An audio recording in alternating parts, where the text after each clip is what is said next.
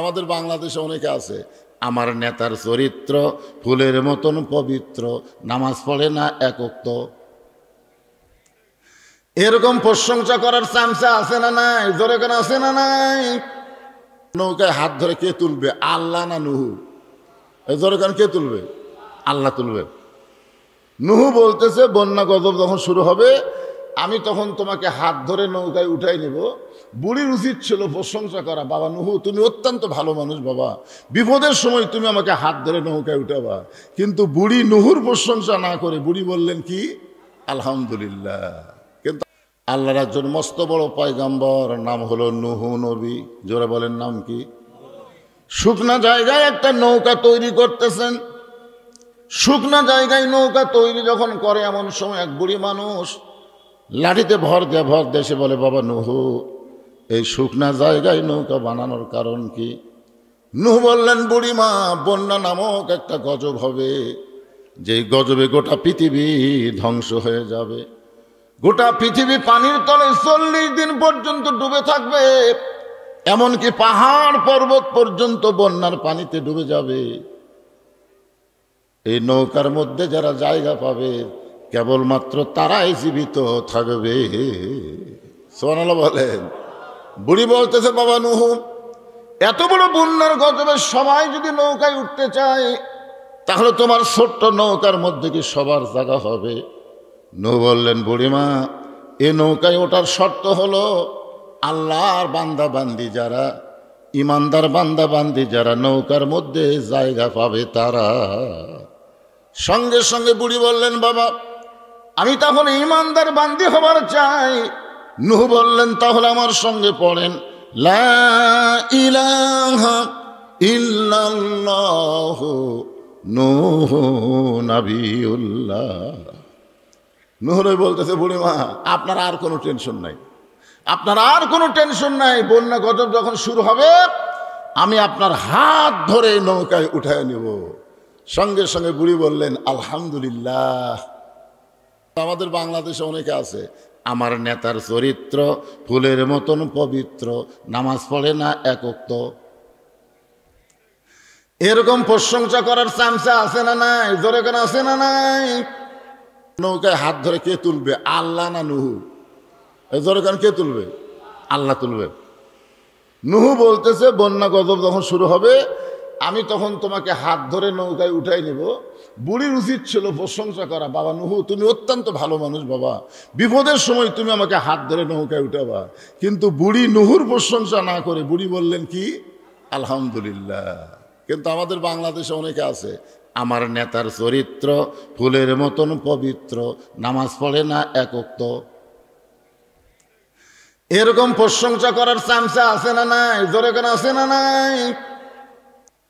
কোন নেতার প্রশংসা করা যাবে না, একমাত্র একজন নেতা। লাকাদ কানা লাকুম ফি রাসূলিল্লাহি উসওয়াতুন হাসানা। আল্লাহ বলেছেন সফলতা যদি অর্জন করতে চাও তাহলে দুনিয়ার সমস্ত পানসা নেতা বাদ দিয়া মোহাম্মদ রাসূলকে তোমাদের আদর্শের নেতা হিসাবে গ্রহণ করে না। বিশ্ব নবীর চরিত্র এটা বলতে ম্যান করতেছেন। আল্লাহ কোরআনে বলেছেন, ও ইন্নাকা লা আলা খুলুকিন আযীম। আমার নবীর চরিত্র হলো মহান চরিত্র। আল্লাহর আজিম নাম নবীর চরিত্রের মধ্যে ঢুকাই দিয়েছেন। এই জন্য যেই বলবো বিশ্ব নবীর চরিত্র আপনার বলবেন ফুলের চাইতেও পবিত্র। বিশ্ব নবীর চরিত্র এই যে আপনার এখানে বললেন, এখানে অনেক ফেরেশতা আছে। এই ফেরেশতা আল্লাহর কাছে গিয়ে বলতেছে, আল্লাহ আল্লাহ 1400 বছর পরে আদমদিকির মাহফিলে তোমার বান্দারা বিশ্ব নবীর চরিত্র ফুলের চাইতে পবিত্র ঘোষণা দিয়েছে। আল্লাহ বলে, ফেরেশতা তাদের নামগুলো লিস্টি করে জান্নাতের খাতায় লিখে দাও। আপনি মনে করতেছেন নামাজ দিয়া, রোজা দিয়া, হজ দিয়া আপনি জান্নাতে যাবেন? সামান্য একটা ওসিলাই আল্লাহ আপনাকে জান্নাত দিবার পারে। জোরে কোন কথা ঠিক কিনা? হ্যাঁ। বুড়ি চলে গেল, এরপরে বন্যা গজব শুরু। গোটা পৃথিবী বন্যার গজবে ডুবে গেল। এমনকি হিমালয় পাহাড় পর্যন্ত বন্যার নিচে 40 দিন থাকলো। এক সময় আল্লাহ তাআলা পানি কমে দিল, নূহ নবীর নৌকা যদি পর্বতের কিনারায় ভেঙে গেল। আল্লাহ ডাক দেবা, নূহ খবর কি? নূহ বলতেছে, নৌকার মধ্যে যারা জীবিত আছে তারা, নৌকার বাহিরে যারা ধ্বংস হয়েছে তারা। কথা তো ঠিকই বলছে, নৌকার ভিতরে যারা জীবিত আছে তারা, নৌকার বাহিরে যারা ধ্বংস হয়েছে তারা। আল্লাহ বলে, নূহ বুড়িটার খবর কি? নূহ বলতেছে, আল্লাহ আমার মনই নেই। চিন্তা করছেন, একটা বিপদে পড়লে একটা নবী পর্যন্ত ভুলে যায়, আর কতগুলা পাগলা কয়, হুজুর আমার কোনো টেনশন নাই, আমি পীর ধরছি হুজুর, আমি পীর ধরছি। পীর ধরছো? হ্যাঁ, তুমি যে পীর ধরছো সেই পীর জান্নাত পাবে কিনা তারই কোনো গ্যারান্টি নাই। প্রত্যেকটা নবীরা হলো জান্নাতি, কুল্লু নাবিউন মাসুমাইন, প্রত্যেকটা নবীরা হলো বেগুনাহ। জোরে কোন সুবহানাল্লাহ। নূহ সেই বুড়ি ধরে নৌকা তুটাবি, আর নূহ বলতেছে, আল্লাহ আমার মনই নেই। আল্লাহ বলে, নূহ তাহলে বুড়িটার খবর কি? নূহ বলতেছে, দুনিয়ার ধ্বংস সবাই হয়ে গেছে, তাহলে বুড়িটাও ধ্বংস। আল্লাহ বলে, নূহ আজগুবি কোনো কথা বলা যাবে না, কথা বলতে গেলে তদন্ত করে কথা বলা লাগবে। আপনারা এলাকার মানুষ কি কোন আজগুবি? আজগুবি বোঝেন? আজগুবি মানে অজাতা। অজাতা মানুষ কথা কয় যে বজরি শীতে এত টেকাইলে কি করে রে। দেখবেন চাষটারে বসে গল্প করে, আরে এত টেকাইলে, এই টেকাইলে কি করে রে। আপনারা বলেন তো, এই কথা কিন্তু আজগুবি কথা। যদি আপনারা তদন্ত করেন, যদি আপনারা দেখেন তো এই টেকাগুলো লিয়া বজরিশীত কি করে, তাহলে তদন্ত করতে গিয়ে তাকে দাওয়াত দিবার যান, যাই দেখবেন তাই মসজিদ, মাদ্রাসা, এতিমখানা, এমনকি সাইদি হুজুরের নামে এবার একটা অডিটোরিয়াম তৈরি করা হয়েছে। এইগুলো করতে গিয়ে পৃথিবীর কারো কাছ থেকে একটা টাকাও দান সদকা নেওয়া হয়নি। সমস্ত টাকা হলো আপনার ওয়াজের পরে যে টাকা দেন, সেই টাকা দিয়ে আমি মসজিদ, মাদ্রাসা, এতিমখানা চালাই। তাহলে এটা তদন্ত করার দরকার আছে না নাই? দরকার আছে না নাই? প্রথম মাদ্রাসা শুরু করছি 12 শতক জায়গার উপর, সেই মাদ্রাসা হয়ে গেছে 235 শতক। তাহলে চিন্তা করা লাগবে, এ টাকা তো আমার বাপের না, এ টাকা আমার মায়ের না, এ টাকা হলো জনগণের টাকা। ওয়াজের পরে আমাকে যেটা দেয় সেই টাকা দিয়ে আমি মসজিদ, মাদ্রাসা চলাই। তাহলে তদন্ত করার দরকার আছে না নাই? তো তদন্ত না করে আজগুবি চা খানার দিবা উল্টা কোন এতটুকু কি? আল্লাহ বলেন, নূহ আজগুবি কোনো কথা বলা যাবে না, কথা বললে তদন্ত করে কথা বলতে হবে। এবার নূহ নবী তদন্ত করতে গিয়ে দেখে বুড়ি তো দূরের কথা, বুড়ির ঝুবড়ি বাড়ি পর্যন্ত কিছুই হয়নি।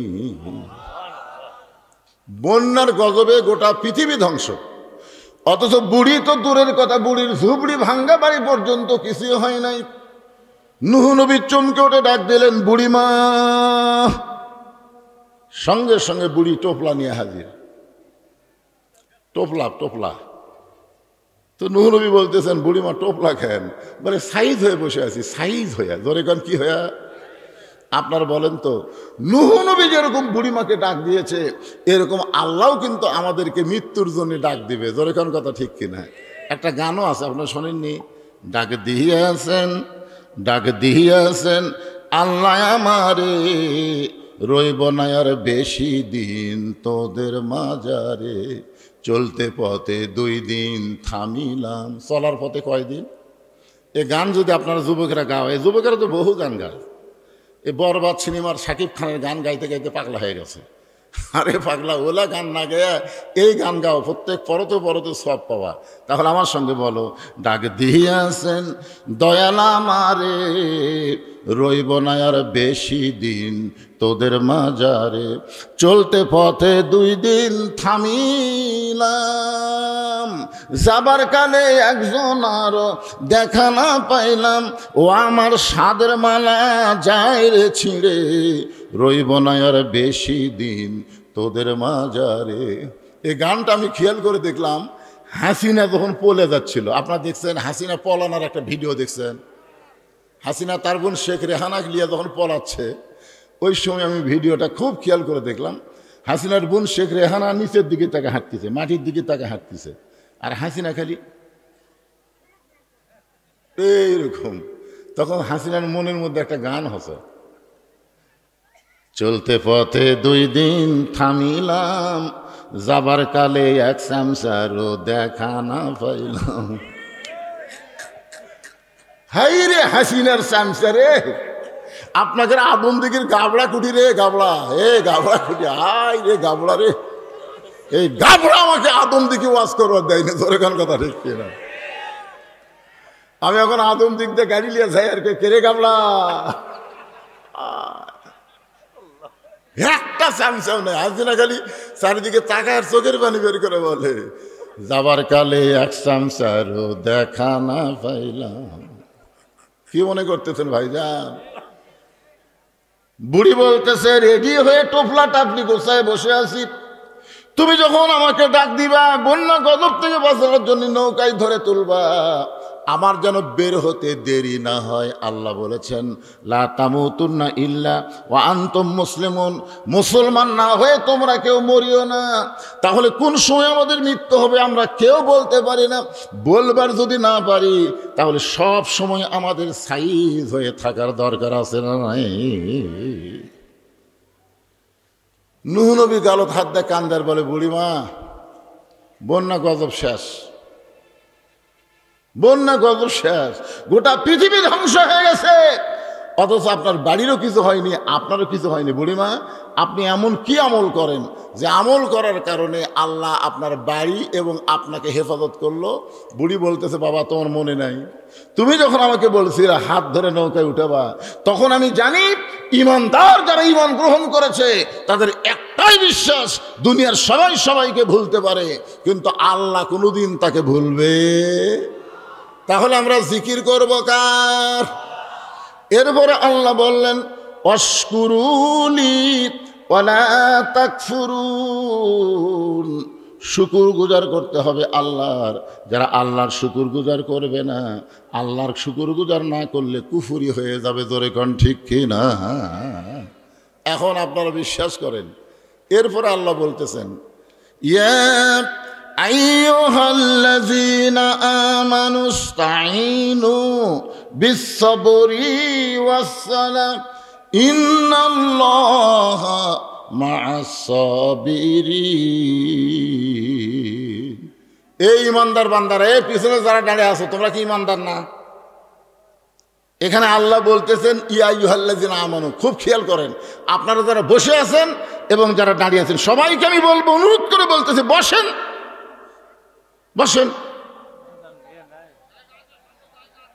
জায়গা আছে তো, বসেন। বসবার গেলে সব পিছন দিকে যায়, যাও। ইমানদারকে লক্ষ্য করে আল্লাহ বলতেছেন, যারা আমাকে বিশ্বাস স্থাপন করেছো, আমি আল্লাহর কাছে যদি তোমরা কিছু পাবার চাও, তাহলে এমনি এমনি চাইলে হবে না, দুইটা মাধ্যম লাগবে, একটা হলো ধৈর্য আর একটা হলো নামাজ। একবার মুসা আলাইহিস সালাম রাস্তা দিয়ে যাচ্ছিলেন, রাস্তা দিয়ে যাওয়ার সময় দেখে রাস্তার বাম পাশে বসে শয়তান কান্দিচ্ছে। কে কান্দিছে? শয়তান কাঁদতেছে। তো মুসা বলতেছে, শয়তান কান্দো কেন? বলে, আমাকে তো আল্লাহ বার করে দিছে, আল্লাহর এরিয়ার মধ্যে, রহমতের মধ্যে আমাকে আর ঢোকার চান্স নেই, আমাকে মারদুত মানে বার করে দিছে, যা তুই বার হয়ে যা। তা আমি কাঁদতেছি এই কারণে, আপনি যখন আল্লাহর কাছে যাচ্ছেন, তুর পর্বতে মানে আল্লাহর সাথে যখন কথা বলবার যাচ্ছেন, তখন একটু আপনি আমার কথা আল্লাহকে বলবেন। তো মুসা আলাইহিস সালামকে বলতেছে, কি বলবো? যে আমার কথা বলবেন, আমি একটু তওবা করে ভালো হবার চাই, শয়তানি করবার আর মন চাচ্ছে না। মানে আমি শয়তানি আর কি করব, আমার চাইতে মানুষ শয়তান বড় হয়ে গেছে, মানে মানুষের শয়তানের কাছে আমার শয়তান আর কুলাচ্ছে না। যেরকম রমজান মাসে রাসূল বলেছেন, আল্লাহ শয়তানকে জাহান্নামের শিকল দিয়ে বন্ধ করে থই। রমজান মাসে কিন্তু ইবলিস শয়তানকে আল্লাহ কি করে? জাহান্নামের শিকল দিয়ে বন্ধ করে থই। তারপর আমাকে রমজান মাসে শয়তানি কম হয় না, বেশি হয়? তো মানে মানুষ শয়তান, ইবলিস শয়তানের চাইতে বড় হয়ে গেছে। যার কারণে বলতেছে, আপনি যখন যাচ্ছেন আল্লাহর কাছে, আমার কথা একটু বলবেন, আল্লাহ যেন আমাকে মাফ করে দেয়, আমি তওবা করে ভালো হবার চাই। মুসা আলাইহিস সালাম বলতেছেন, শয়তান তুই যদি তওবা করে ভালো হোস, তাহলে আর তো কোনো টেনশনই নাই, কারণ শয়তান ভালো হয়ে গেলে দুনিয়ার মানুষ এমনি ভালো হবে। তো মুসা আলাইহিস সালাম তুর পর্বতে গিয়া আল্লাহর সঙ্গে কথাবার্তা বলতেছে। কথাবার্তা বলতে বলতে একসময় মুসা নবী বলতেছে, আল্লাহ এখন আমি যাই। তা আল্লাহ বলতেছে তুমি মনে হয় আর কিছু বলবা? না, আমার আর বলার কিছুই নাই। তা আল্লাহ বলতেছে মুসা তোমাকে যে শয়তান বললো, আল্লাহ আপনার সাথে কথা বলতে বলতে শয়তানের কথা আমার মনেই নাই। আল্লাহ বলতেছে মুসা দুনিয়ার সবাই সবাইকে ভুলতে পারে, কিন্তু আমি আল্লাহ কোনোদিন কাউরে ভুলি না। এখান থেকে বোঝা গেল যে আল্লাহ কোনোদিন কাউরে ভোলে না সে আল্লাহকে স্মরণ করতে হবে, আল্লাহ ছাড়া অন্য কাউকে স্মরণ করা যাবে। আমি হলাম আপনাদের পকেটের বক্তা, জোরে কোন কথা ঠিক কিনা? আপনারা বলেন তো কার পকেটে আমার ওয়াজ নাই? পিছনে যারা দাঁড়িয়ে আছেন ভাইজান, আমি কি অচেনা বক্তা?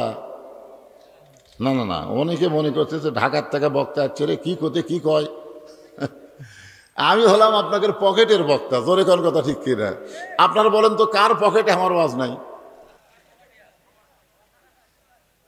আপনাদের আদম দিঘির বহু লোক আমাকে কয় হুজুর আপনার ওয়াজ না দিলে আমার ঘুমই ধরে না, মানে ঘুমানোর সময় আমার ওয়াজ। আরে মা বোনেরা তো আমার ওয়াজের সেই পাগলি, একে বসার ব্যবস্থা করছেন নাকি মা বোনদের বসার? আচ্ছা মাশাআল্লাহ। এই মায়ের এই জোরে কথা বলা যাবে না, চুপ করে ওয়াজ শোনা লাগবে। তো মুসা বলতেছে আল্লাহ শয়তানের কথা আমার মনেই নাই। আল্লাহ বলতেছে মুসা শয়তান যখন আবার তোমাকে ধরবে তুমি বলে দিও আমি আল্লাহ শয়তানের তৌবা কবুল করব, তবে তৌবাটা হলো আদমের কবরের কাছে গিয়ে যদি একটা সেজদা করে তাহলে আমি আল্লাহ শয়তানকে মাফ করে দেব। যখন আদম জীবিত ছিল তখন তো করেনি, সেজদা না করার কারণেই তো শয়তান হয়ে গেছে নাকি কখন? তো এখন যখন আদম দুনিয়াতে নাই, তো আদমের কবর আছে, ওই কবরে যা খেলে একটা সেজদা দিলেই আমি আল্লাহ শয়তানকে মাফ করে দেব। তো মুসা আলাইহিস সালাম যখন আসতেছে চতুর পথে ফিরে, তখন শয়তান বলতেছে আল্লাহ মুসা আমার খবর কি? বলে তোমার কথা আমাকে আল্লাহ বলার মনেই নাই, বরং আল্লাহ পাকে আমাকে জানায় দিল শয়তান যদি তওবা করতে চায় তাহলে আদমের কবরে যেন একটা সেজদা দেয়। শয়তান বলতেছে বাঁচা থাকতেই দেইনি, আর মরা মানুষের কবরে সেজদা দেব? এই কথা বলার পিছনে কারণ হলো ফাযকুরুনি আযকুরকুম, আল্লাহ বললেন যে আমাকে স্মরণ করে আমি আল্লাহ তাকে স্মরণ করি। দুটো আয়াত আপনাদের সামনে তেলাওয়াত করেছি। প্রথম আয়াত হচ্ছে ফাযকুরুনি আযকুরকুম ওয়াশকুরু লি ওয়ালা তাকফুরুন। এই আয়াতের বাংলা অর্থ হলো যে আল্লাহকে জিকির করে আল্লাহ তার জিকির করেন। ফাযকুরুনি আযকুরকুম, বুঝতেছেন না? আমরা আল্লাহর জিকির করি, আল্লাহ আমাদের জিকির করেন। এই জিকির মানে কি? আমাদের বাংলাদেশে কিন্তু একটা জাকের পার্টি আছে, জোরে কোন কি পার্টি? আপনারা জাকের পার্টির নাম শোনেন না? সেই জিকির আমার দয়াল বাবার দরবারেতে কেউ ফিরে না খালি হাতে, এরকম একটা পার্টি আছে না নাই? কি কয় হাই রে! আল্লাহ বলতেছেন ফাযকুরুনি আযকুরকুম, যে আমাকে জিকির করে আমি আল্লাহ তার জিকির করি। এখানে জিকির শব্দের অর্থ হলো স্মরণ করা, বিপদে আপদে সুখে শান্তিতে সবসময় স্মরণ করা লাগবে কাকে? আরো ধরে কন। তার মানে বোঝা যাচ্ছে আল্লাহ ছাড়া আমাদের কেউ নাই। কি তাহলে আমাদের ধৈর্য কম না বেশি? কম।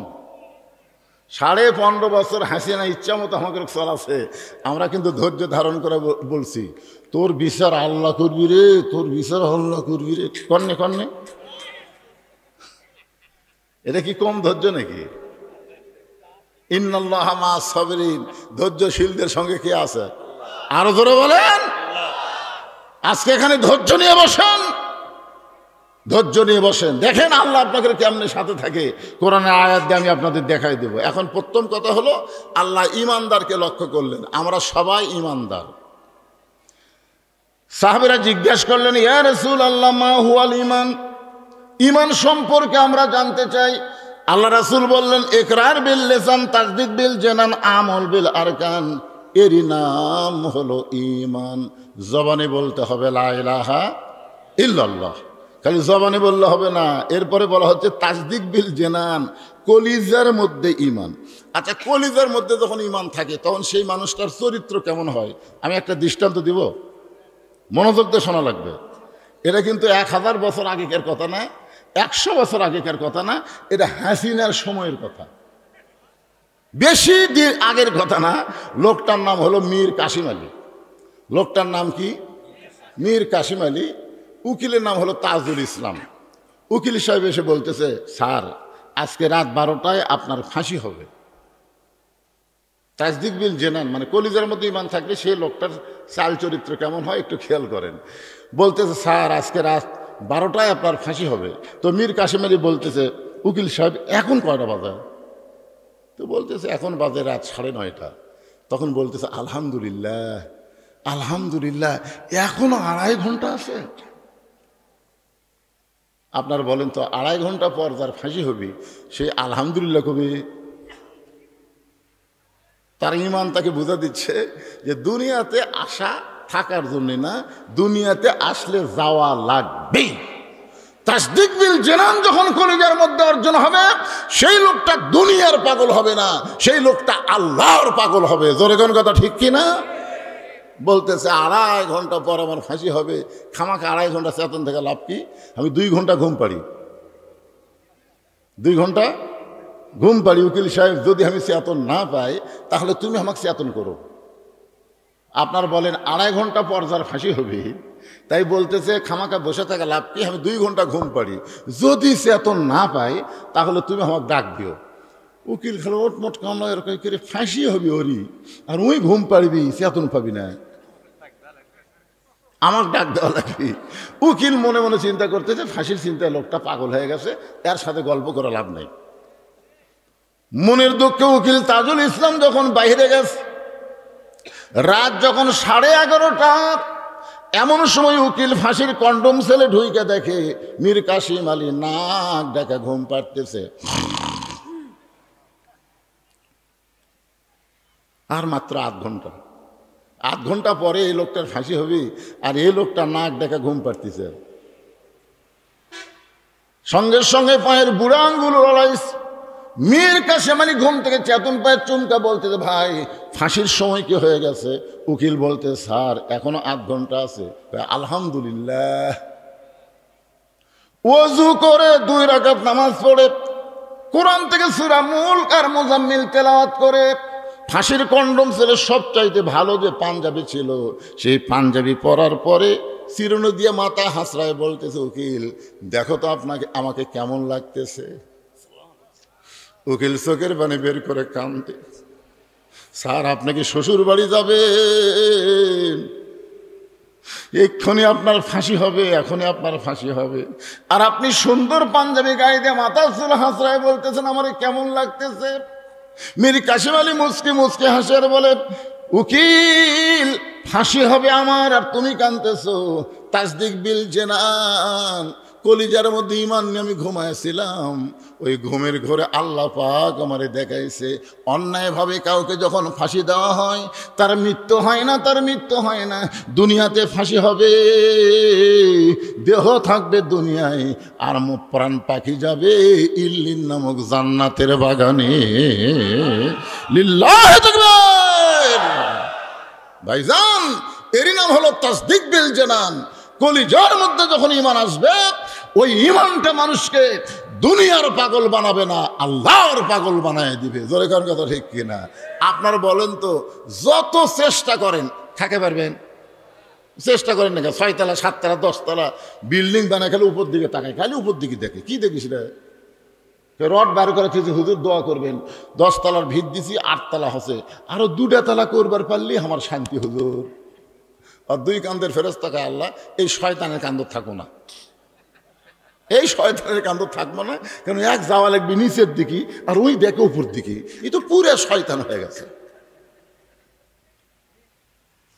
কলিজার মধ্যে যখন ঈমান থাকবে, এই মানুষটা কোনো সময় উপর দিকে তাকাবে না, নিচের দিকে তাকায় তাকায় হাঁটবে। জোরে কোন কথা ঠিক কি না? এরপরে রাসূল বললেন, আমল বিল আরকান, ঈমান অনুযায়ী আমল করা লাগবে। আমাদের বাংলাদেশে মানুষ নামাজ পড়ে কিন্তু যখন তাকে পড়া দরকার তখন তাকে পড়ে না। আল্লাহ রাসূল বলেছেন 7 বছর থেকে নামাজের তালিম দাও। কয় বছর? আর 10 বছর থেকে জোর করে নামাজ ধরাও। আপনি যদি আপনার সন্তানকে 7 বছর থেকে নামাজের তালিম দিতেন আর 10 বছর থেকে জোর করে যদি নামাজ ধরাবার পারতেন, ইন্নাস সালাতা তানহা আনিল ফাহশাই ওয়াল মুনকার, একমাত্র নামাজই পারে যাবতীয় বেহুদা খারাপি কাজ থেকে বাঁচায় দিতে। আজকে দেখেন তো আপনার ছেলেদের দিকে তাকে দেখেন তো, আপনি এই ভুল করার কারণে আপনার ছেলের সাইজ দেখছেন। ঈদুল ফিতরের দিনে 128 জন ছেলে মোটর সাইকেল অ্যাক্সিডেন্ট করে মরে গেছে। আমি একদিন ঈদের পরের দিন আমার মাহফিল নগাঁও ছিল, আমি এই রাস্তা আসার সময় কতগুলো ছেলে মোটর সাইকেল চালাচাইকেল আমি বললাম এই শালাকের পাশাত কি গুড়া কিরমি হতো নাকি রে?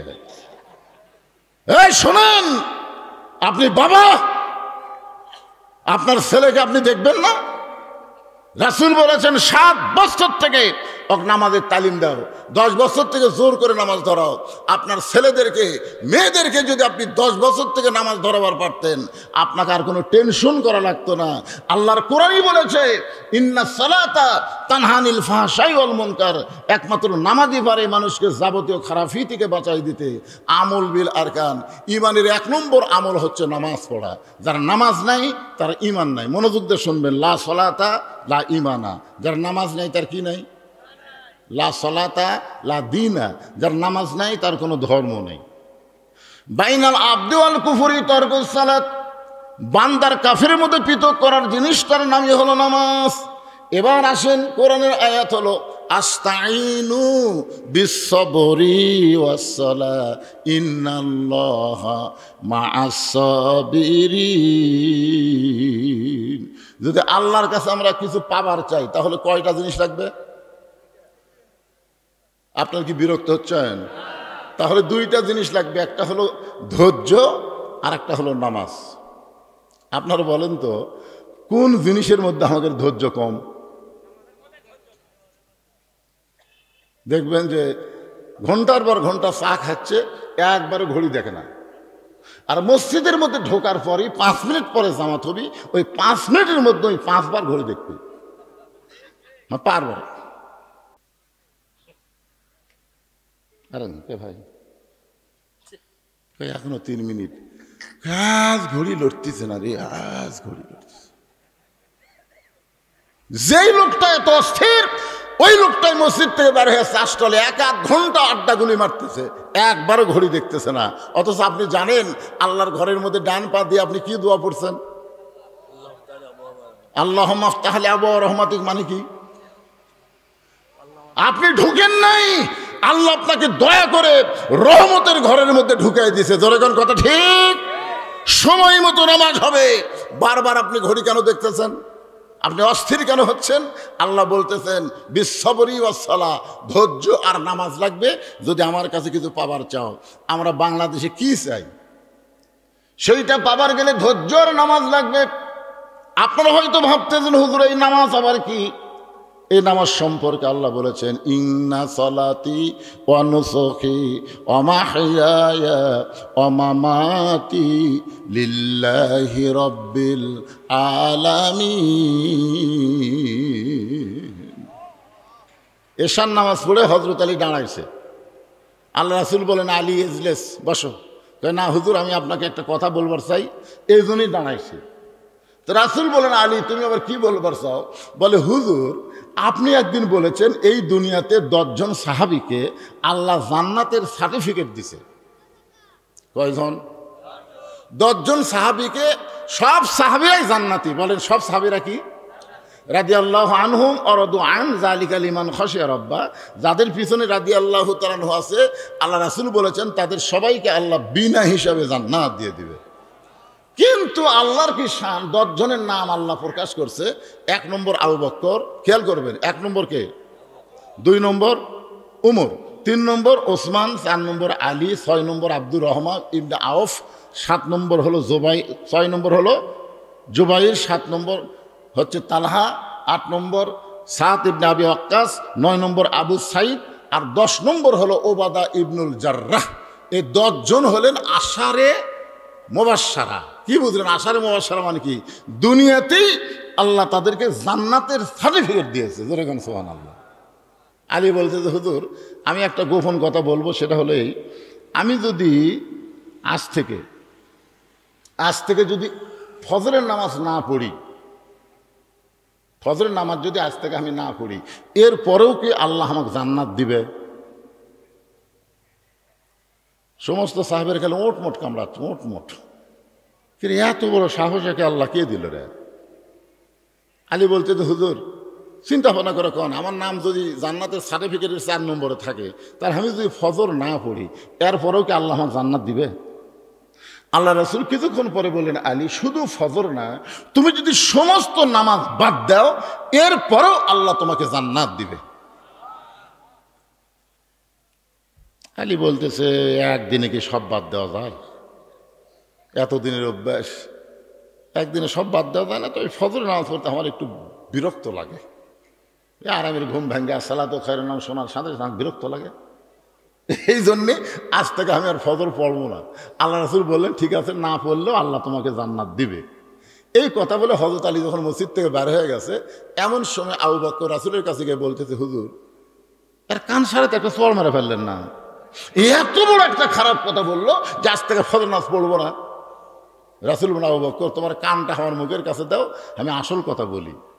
আবু বকর রাদিয়াল্লাহু যখন নবীর মুখের কাছে কান দিয়েছে, নবী ফিসফিস করে বলতেছে, নামাজ যদি জান্নাতের জন্য হয় তাহলে আলী নামাজ বাদ দিবে, আর নামাজ যদি আল্লাহর জন্য হয়, আমি রাসূল বলতেছি গোটা দুনিয়া বাদ গেলেও আলী এক ওয়াক্ত নামাজ বাদ দিবে না।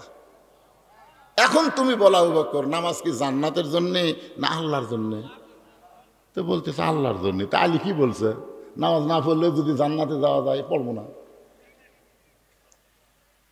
হযরত আলী তাড়াতাড়ি বাড়ির দরজায় গিয়ে ডাক দিলেন, হাসান হোসেনের মা, রে নবীর মেয়ে ফাতেমা। সঙ্গে সঙ্গে ফাতেমা দরজা খুলে চমকে গিয়ে বলতেছে, আসসালামু আলাইকুম। হযরত আলী বলতেছে, আমার মনে নাই রে। কি মনে নাই কন্ত? আল্লাহ রাসূল বলেছেন যে তোমরা পুরুষ মানুষ কোনো জায়গা থেকে যখন আসবে, বাড়িতে এসে সর্বোত্তম তোমরা সালাম দিবে, আসসালামু আলাইকুম ইয়া আহলাল বাইত। সালাম দেওয়ার সঙ্গে সঙ্গে ওই বাড়ির উপরে আল্লাহর অবারিত রহমত বর্ষণ হবে। তাহলে সুবহানাল্লাহ বলে হবে না? আপনারা কি দরজার সালাম দেন? যে স্বামী স্ত্রীর মধ্যে সালামের আদান প্রদান আছে, ওই স্বামী স্ত্রীর কোনোদিন তালাক হবে না। যে স্বামী বউরে সালাম দেয়, বউ স্বামীরে সালাম দেয়, ওই স্বামীর বাপ মায়ের বিরুদ্ধে কোনোদিন বউ কথা বলবে না, কোনোদিন কথা বলবে না। কিন্তু আমাদের সালাম কালাম নাই, খালি বউ খালি কানের মধ্যে বিষ ঢুকে দেয়, তোমার মা ভালো না, তোমার বাপ ভালো না। কি আজ থেকে সালাম দেওয়া শুরু করবেন? ফাতেমা বলতেছে আসসালামু আলাইকুম। আলী বলতেছে আর মনে নেই। ফাতেমা বলতেছে সারা জীবন আপনি দরজা এসে আমাকে সালাম দেন, আর আজকে সালাম বাদ দেওয়ার কারণ কি? আলী মনে মনে ভাবতেছে, আজকে ঈশান ফজর নামাজ বাদ দিবার চাচ্ছি, তাই বলে কি আমার সালাম আল্লাহ কাড়াই নিল রেখে? হযরত আলী ফাতেমাকে বুকের মধ্যে নিয়ে বলে, ফাতেমা আজকে আমাকে যেন ফজরের আযান শোনার পরে ডাক দিও না। হযরত বেলাল যখন আযান দিবে, ওই আযান শুনে যেন আমাকে ডাক দিও না। আমি নবীর কাছে বলে আইছি, আজ থেকে আর আমি ফজরের নামাজ পড়বো না, কারণ নামাজ না পড়লেও আল্লাহ আমাকে জান্নাত দিবে। ফাতেমা মুস্কি মুস্কি হাসতেছে, কারণ ফাতেমা হযরত আলীকে চিনে। প্রত্যেকটা বিবি তার স্বামীকে চিনে। জোরে গান চিনি কি চিনে না? আমি কত বড় হুজুর এটা আপনারা কেউ বলতে পারবেন না, এটা জানে হলো আমার বউ। আমি বইয়ের হাতে 500 টাকা দিয়ে বললাম, তুমি খালি একবার আমাকে হুজুর কত দেখি, তোমার মুখে হুজুর শুনতে কেমন লাগে? আমার বউ মুসকে মুসকে হাসে আর কয়, জনগণ আপনাকে চিনে না তাই হুজুর কয়। কিন্তু আমি আপনাকে চিনি, হুজুর হওয়া এত সহজ নয়। তাহলে আমাকে সবচাইতে যিনি বেশি চিনে তিনি কে? জোরে বলেন না কেন তিনি কে? তিনি আমার বউ। তাহলে হযরত আলী যখন বলতেছে আজকে ফজরের নামাজে আমাকে ডাক দিও না, ফাতেমা মুচকি মুচকি হাসতেছে। মুচকি মুচকি হাসার কারণ হলো একদিন আল্লাহ নবী ফাতেমার ঘরের মধ্যে ঢুকে ফাতেমা ঘরের কোনায় ছোট বাচ্চার মতন কাঁদতেছে। রাসূল ফাতেমার কাছে গিয়ে বললেন, মা তুই এইভাবে কেন কাঁদতেছিস? ফাতেমা বলে, বাবা দুনিয়াতে কি কোনো ধনু যুবক ছিল না যে যুবকের সঙ্গে আপনি আমাকে বিয়ে দিতেন? বাবা এমন একটা গরিবের সঙ্গে আমার বিয়ে দিলেন, আমার সকালবেলা খাবার থাকলে রাতের বেলা থাকে না, রাতের বেলা কোনোদিন যদি খাবার পাই দিনের বেলা থাকে না। এই কষ্টের জীবন আমি আর সইতে পারি না। সঙ্গে সঙ্গে রাসূল বললেন, ফাতেমা তুই কি জানিস মা, আমি সত্যি দুনিয়ার যুবকদের সঙ্গে তোকে বিয়ে দিবার চাইছিলাম, কিন্তু ধনী যুবক কাছে আসার পরেও আল্লাহ তাআলা আলীর ব্যাপারে ঘটকালি করেছে। এখন বল ফাতেমা, আল্লাহ যদি আলীর ব্যাপারে ঘটকালি করে তখন আমি নবী কি করব? সঙ্গে সঙ্গে ফাতেমা বলতেছে, বাবা আল্লাহ যদি আলীর ব্যাপারে ঘটকালি করে থাকে তাহলে শত কষ্টের মধ্যে আর আমি কষ্ট পাবো না। রাসূল বলেছে, ফাতেমা তোর একটা কথা বলি। বলে কি কথা? হলো যে আল্লাহর পরে কাউকে যদি সেজদা দেওয়ার হুকুম থাকতো তাহলে প্রত্যেকটা বিবিকে বলতাম স্বামীর পায়ে সেজদা করো। ফাতেমা আল্লাহর পরেই আলী হচ্ছে তোমার কাছে সব চাইতে দামি। জোরে কান সুবহানাল্লাহ। সেদিন থেকে ফাতেমা বুঝবার পারছে তার স্বামী সাধারণ কোনো মানুষ নয়। বলে, ঠিক আছে ফজর নামাজ যখন পড়বেন না তাহলে আপনাকে আদর করে আমি ঘুমাইয়ে দেই। এতদিন বালিশের ওপর মাথা দিয়ে হযরত আলী ঘুমাইছে, আর সেই রাত্রে ফাতেমা উরাতটাকে বালিশ বানায় দিয়ে স্বামীর চুলের মধ্যে হাত দিয়ে বিলকি কাটতেছে।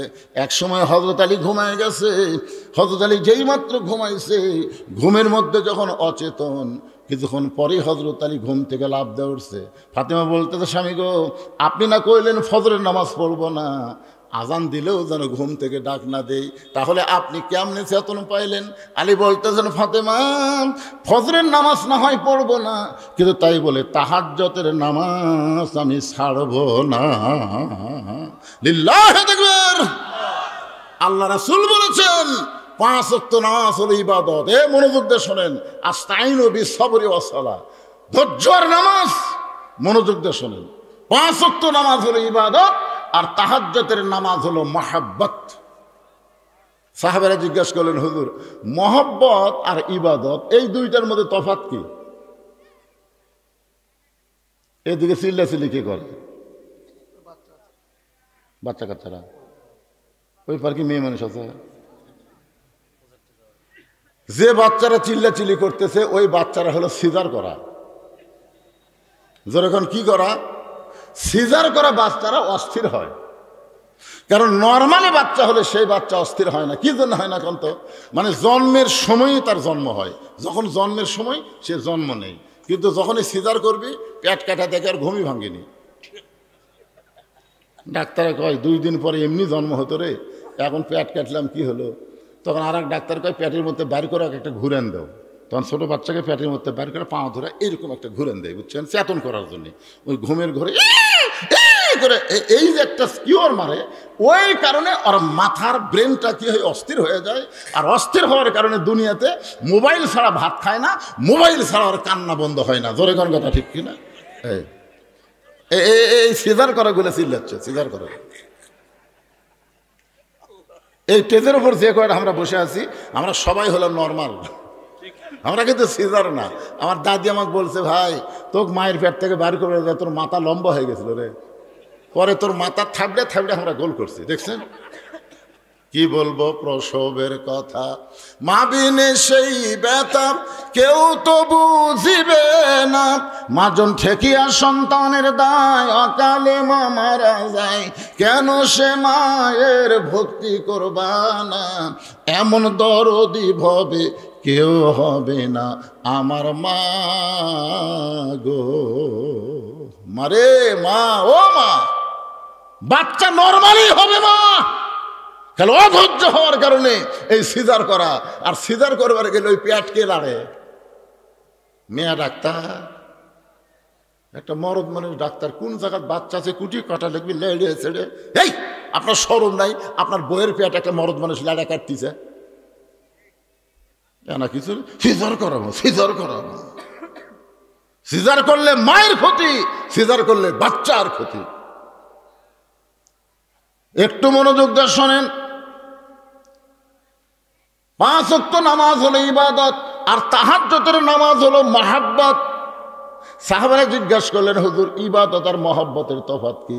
রাসূল বলেন, ইবাদতের বিনিময়ে মানুষ জান্নাত চায়, আর মহব্বতের বিনিময়ে মানুষ আল্লাহ চায়। এক বান্দা আছেন আমাদের সেজদায়, তাহাজ্জুদের কোন নামাজ, আল্লাহ ডাক দেয় বলে, তুই যতই নামাজ পড় আর সেজদা কর, তোর ঠিকানা হলো জাহান্নাম। যেই বলছে তুই যতই নামাজ পড়ার সেজদা কর, তোর ঠিকানা হলো জাহান্নাম, ওই বান্দা সেজদা থেকে মাথা তুলে বলতেছে আলহামদুলিল্লাহ আলহামদুলিল্লাহ। আল্লাহ কয়, কে রে পাগলা, তোকে জাহান্নাম দিলাম, তারপরে তুই আমার শুকর আদায় করতেছিস? সেজদাকারী বলতেছে, আল্লাহ আমি তো ইমানের কারণে জানি জান্নাতেরও মালিক তুমি, জাহান্নামেরও মালিক তুমি। তুমি জাহান্নাম বানায় সেই জাহান্নাম যদি আমাকে দাও, আমার আপত্তি করে কোনো লাভ আছে? তুমি আমাকে জাহান্নাম দিবে, আলহামদুলিল্লাহ। তাও তো আমি বলতে পারবো আমার জায়গা আছে রে, আমি তাও বলতে পারবো আল্লাহর জাহান্নামে আমার জায়গা আছে। তুমি যদি বলতে জাহান্নামও নাই জান্নাতও নাই, তাহলে যাবো কোথায়? আল্লাহ বলে, পাগল জাহান্নামে গেলে তুই পুড়ে যাবি, তোর কষ্ট হবে। পাগল বলতেছে, আমার জাতির পিতা হযরত ইব্রাহিম নমরুদের চুলা যখন জ্বালাইছিল আগুনে ফেলে দেওয়ার জন্যে, আপনি আগুনের চুলাকে শান্তির বাগান কেন বানাইছেন? আল্লাহ বলে, ইব্রাহিমের কলিজায় আমার মহব্বত ছিল। সেজদাকারী বলে, আল্লাহ তাকায় দেখো, আমার কলিজায় তোমার মহব্বত, তুমি আমার জাহান্নাম দিলে কি হবে? আমি জাহান্নামেও তোমাকে সঙ্গে করে রওনা দিব। আল্লাহ বলে, পাগল রে, আমার মহব্বত নিয়ে কেউ যদি জাহান্নামেও যায়, আমি জাহান্নামকেও জান্নাত বানায়া দিব। হযরত আলী ওযু করে তাহাজ্জুদের নামাজ আদায় করলেন। তাহাজ্জুদের নামাজ আদায় করার কিছুক্ষণ পরে হযরত বেলাল যখন আজান দেয়, আল্লাহ রাসূল বলেছেন, দুনিয়ার মুয়াজ্জিন আজান দিলে আজান মুসল্লির কান পর্যন্ত পৌঁছে, কিন্তু আমার বেলাল যখন আজান দেয়, ওই আজান আল্লাহর আরশ পর্যন্ত পৌঁছে যায়। সাহাবীরা বললেন, হুজুর হযরত বেলালের আজানের মাহাত্ম্য এত বেশি কেন? আল্লাহ রাসূল বললেন, সাহাবীরা তোমরা তো তখন কেউ ছিল না, মাত্র 6 নম্বর সাহাবীর নাম হলো বেলাল। মাত্র কয় নম্বর? 6 নম্বর সাহাবীর নাম হলো বেলাল। এই বেলাল যখন ঈমান গ্রহণ করছে, শুধুমাত্র ঈমান গ্রহণ করার অপরাধে বেলালকে সারা দিন ওরা মারছে। শুধু মারে নাই, বুকে পাথর চাপা দিয়ে রাখছে। এরপরও বেলাল যখন আল্লাহ ছাড়ে নাই, মুখের ভিতর হাত দিয়ে জিহ্বা টেনে বের করে ওই জিহ্বার মধ্যে কাফেরেরা পেরেক ঢুকাই দিছে। এই একদিক দিয়ে পেরেক ঢুকাইয়া আর এক দিক দিয়ে বার করে দিছে। এরপরও বেলাল আমার আল্লাহকে ছাড়ে নাই। আবু বকর বেলালকে মুক্ত করে নবীর কাছে যখন নিয়ে আসে, নবী বেলালের জিহ্বা দেখে অনেক দূর পর্যন্ত বার হয়ে গেছে। রাসূল নিজের হাত দিয়ে বেলালের জিহ্বার কাঁটাগুলো বের করে জিহ্বার আগায় একটা চুমু দিলেন, সঙ্গে সঙ্গে জিহ্বা পূর্বের আকারে মুখের মধ্যে ঢুকে গেলেন। রাসূল বেলালের কপালে চুমোতে বললেন, বেলাল তুমি কি চাও? বেলাল বলে, ইয়া রাসূলুল্লাহ, আস্তে আস্তে আল্লাহ বলার কারণে আমাকে এত মারছে, একদিন সময় সুযোগ মতো আমি সে আল্লাহকে সবার কাছে পৌঁছায় দিবার চাই। রাসূল বলে, সাহাবীরা এই জন্য বেলাল যখন আজান দেয়, শুধু দুনিয়ার কোন মুসলমানের কানে না, আল্লাহর আরশ পর্যন্ত বেলালের আজান পৌঁছে যায়। জোরে কান সুবহানাল্লাহ। সেই হযরত বেলাল যখন বলতেছে, আসসালাতু খায়রুম মিনান নাওম, সঙ্গে সঙ্গে হযরত আলী হাব্বা জাব্বা পাগড়ি পরে বাড়ির থেকে বের হচ্ছে। ফাতেমা সামনে দাঁড়ায় বলতেছে, আপনি না আমার বাবার কাছে কয়ে আইছেন ফজর নামাজ পড়বেন না, আপনি আমার কাছে আসাই বললেন যে ফজর নামাজ পড়বো না, নবীর কাছে কয়ে আইছি, তো এখন আবার এরকম সাইজ হয়ে কোথায় যাবেন? আলী বলতেছে, ফাতেমা আমি বলেছি ফজরের নামাজ পড়বো না, তাই বলি কি নামাজ পড়া দেখা যাবে না? আমি এতদিন ভিতরে ঢুকে নামাজ পড়েছি, আজকে বাইরে থেকে দেখব কিভাবে নবীর সাহাবীরা নামাজ পড়ে, আমি একটু পড়া দেখবার চাই। ফাতেমা দেখলো স্বামীর সাথে তর্ক করে লাভ নেই, কারণ রাসূল বলেছেন, আনা মাদিনাতুল ইলমে ওয়া আলিউ বাবুহা। ফাতেমা শোনো, আমি নবীর যত এলেম আছে সমস্ত এলেম একে একে হযরত আলীর ভিতরে আল্লাহ দিয়ে দিচ্ছে। জোরে কোন সুবহানাল্লাহ। আমি হচ্ছে এলেমের শহর, আলী হচ্ছে তার দরওয়াজা। এখন হযরত আলী ফজরের নামাজ দেখার জন্য বাইরে ঘুরতেছে। সমস্ত সাহাবারা মসজিদ নববীর মধ্যে ঢুকে নামাজ শুরু করে দিয়েছে। হযরত আলী বাহির থেকে দেখতে দেখতে হঠাৎ দেখতে পাই বারান্দায় আবু যর গিফারি ফজরের 2 রাকাত সুন্নত নামাজ পড়তেছে। আল্লাহর বান্দা হযরত আলীর সবচাইতে নিকটতম বন্ধুর নাম কি? হ্যাঁ, এটা খেয়াল করবেন। আবু যর গিফারি হচ্ছেন সবচাইতে আপন নিকটতম বন্ধু। যখন ফাতেমা দুনিয়া থেকে বিদায় নিল, আবু যর গিফারিকে কিন্তু কবর খোঁড়ার কথা বলেছিল। জোরে কোন কথা ঠিক কিনা? ফাতেমা একটা শর্ত দিয়েছিল যে আমি পর্দানিশি, আমার কবর যেন দুনিয়ার কোনো খবর মানুষ না জানে, তবে আপনার একান্ত বন্ধু যদি থাকে তারে একটু বলবেন সে যেন গোপনে কবর খনন করে দেয়। আবু যর গিফারি ফাতেমার কবর খনন করে দিয়েছে। সে আবু যর গিফারি মসজিদে নববীর বারান্দায় ফজরের সুন্নত পড়তেছে। হয়তো তাকায় দেখে, তাকায় দেখা মানে কি, এই 2 চোখ দিয়া একটু চোখ বন্ধ করে দেখে, ইয়ানজুরু বিনুরিল্লাহ ইত্তাকু ফিরাসাতাল মুমিনিনা ফাইন্নাহু ইয়ানজুরু বিনুরিল্লাহ। চোখ বন্ধ করে দেখে হযরত আবু যর গিফারি শুধু নামাজ পড়তেছে না, নামাজের ভিতর দিয়ে আল্লাহর সাথে নিজের কলিজার মহব্বতকে একাকার করে দিচ্ছে। যখন সেজদায় গেছে, ওয়াসজুদ ওয়াক্তারিব, সেজদা হচ্ছে বান্দাকে আল্লাহর নিকটে পৌঁছায় দেয়। জোরে কোন সুবহানাল্লাহ।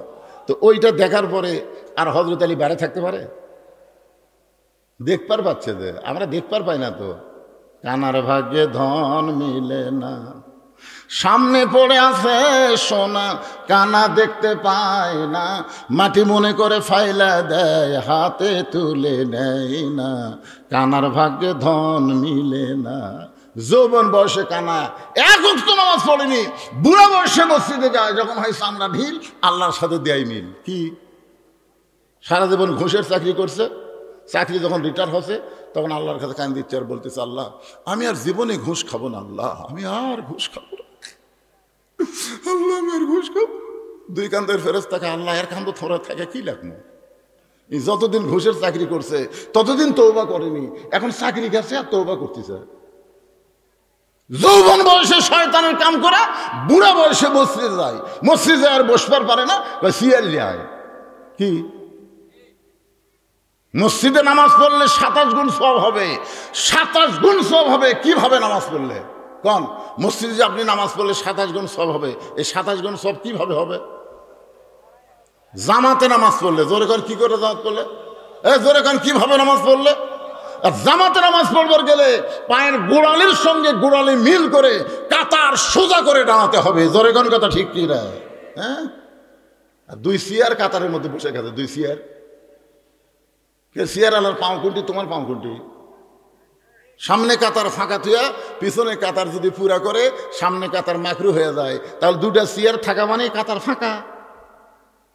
তাহলে আপনাকে দায়িত্ব কি? 4 জন মানুষ ওই চেয়ারের 4টা পাও কান্দত দিয়ে অকসহ, ফেলা দেওয়ার দরকার নেই, অকসহ কান্দত 4 জন নেবেন, 4 জন 4 পাও ধরে কান্দত করে বারান্দাত লিয়ে সব থুয়ে দিবেন। যে আমরা ইয়ের কি মারবে আসিনি, আমরা 27 গুণ সোয়া বলে বেড়াচ্ছি রে, তোর কারণে আমাকে জামাত দেখা হবি।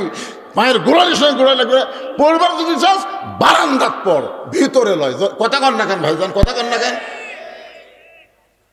যৌবন বয়স থেকে ওই ব্যক্তি যদি নামাজ পড়তো, বুড়া বয়সে আল্লাহ তাকে পেনশন দিয়ে দিত। পেনশন বুঝেন? যে লোকটা 60 বছর সরকারি চাকরি করে, বুড়া বয়সে তাকে চাকরি করা লাগে, বসে থেকে পেনশন খায়। তো 60 বছর পর্যন্ত 5 ওয়াক্ত নামাজ জামাতে আদায় করছে। এখন যদি জামাতে নামাজ পড়বে না পড়ে, অসুস্থ হওয়ার কারণে যেখানে নামাজ পড়বে আল্লাহ পেনশনের সওয়াব তার আমলনামায় দিয়ে দিবে। জোরে কোন কথা ঠিক কিনা?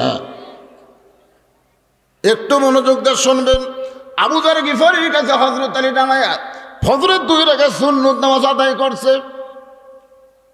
সুন্নত নামাজ আদায় করেছে, আলী সালাম ফেলাইছে। আবু যর গিফারি কোনার ঘুতে দিয়ে বলছে, কে ভাই এসার সময় কি করলে? তুমি যখন নবীর সামনে বললে আমি তখন তোমার কাছে ছিলাম, তুমি যে বললে আজ থেকে ফজরের নামাজ পড়বো না, তো নবীর কাছে এই কথা বলে তুমি আবার এখন কি করলে?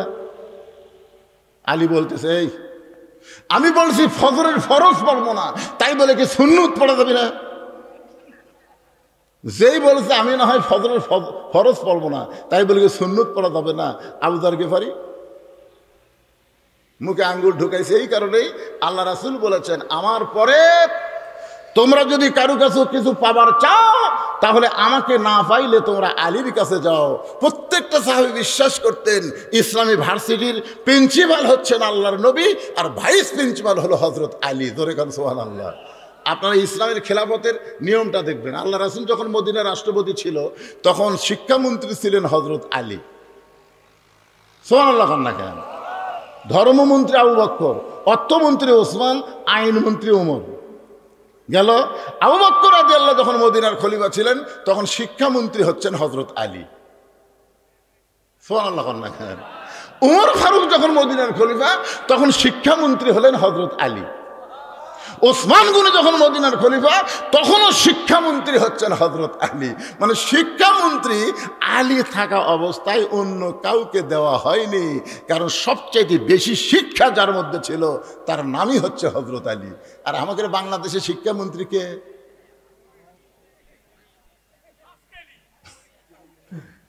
এই জন্যই তো আগডম বাগডম ঘোরাডম সাজে ঢাক ঢোলক ঝাঁঝর বাজে ব্যস্তে ব্যস্তে চললো ঢুলি ঢুলি গেল কমলা ফুলি।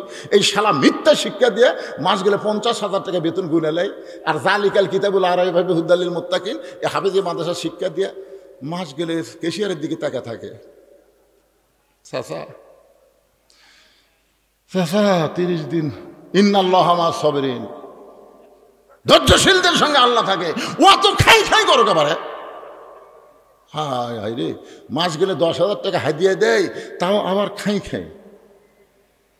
কি ভাই রে, দোয়া করেন। সব দেখা হলো শেষ। আগামীতে দেখবো কোরআনের বাংলাদেশ। কোরআন দিয়ে যখন বাংলাদেশ চলবে প্রত্যেকটা প্রাইমারিকে হাফিজি মাদ্রাসা বানানো হবে। জোরে গান কথা ঠিক না? খায়রুকুম মান তাআল্লামাল কুরআন ওয়া আল্লামা। ওই ব্যক্তি সবচাইতে দামি সম্মানী যে কোরআন শিখেছে অপরকে কোরআনের শিক্ষা দেয়। মিথ্যা শিক্ষা দিয়ে তোমরা মাস গেলে 50,000 টাকা বেতন পাও, আর আল্লাহর কোরআনের সুন্দর শিক্ষা দিয়ে তাদের বেতন নাই কেন? একজন কত ঠিক, বাদ বাকি খালি মরে দেখেন মরে দেখেন। আপনার বেটা যদি কবরের পাশে দেয় বলে আইরে আইটিয়ে নায়ে ভরা দিয়ে নালে গেল বোয়াল মাছে তাই না দেখে বদর নাচে। রাস্তাকে আল্লাহ বাপের কবরের পাশে কি করতে চায়?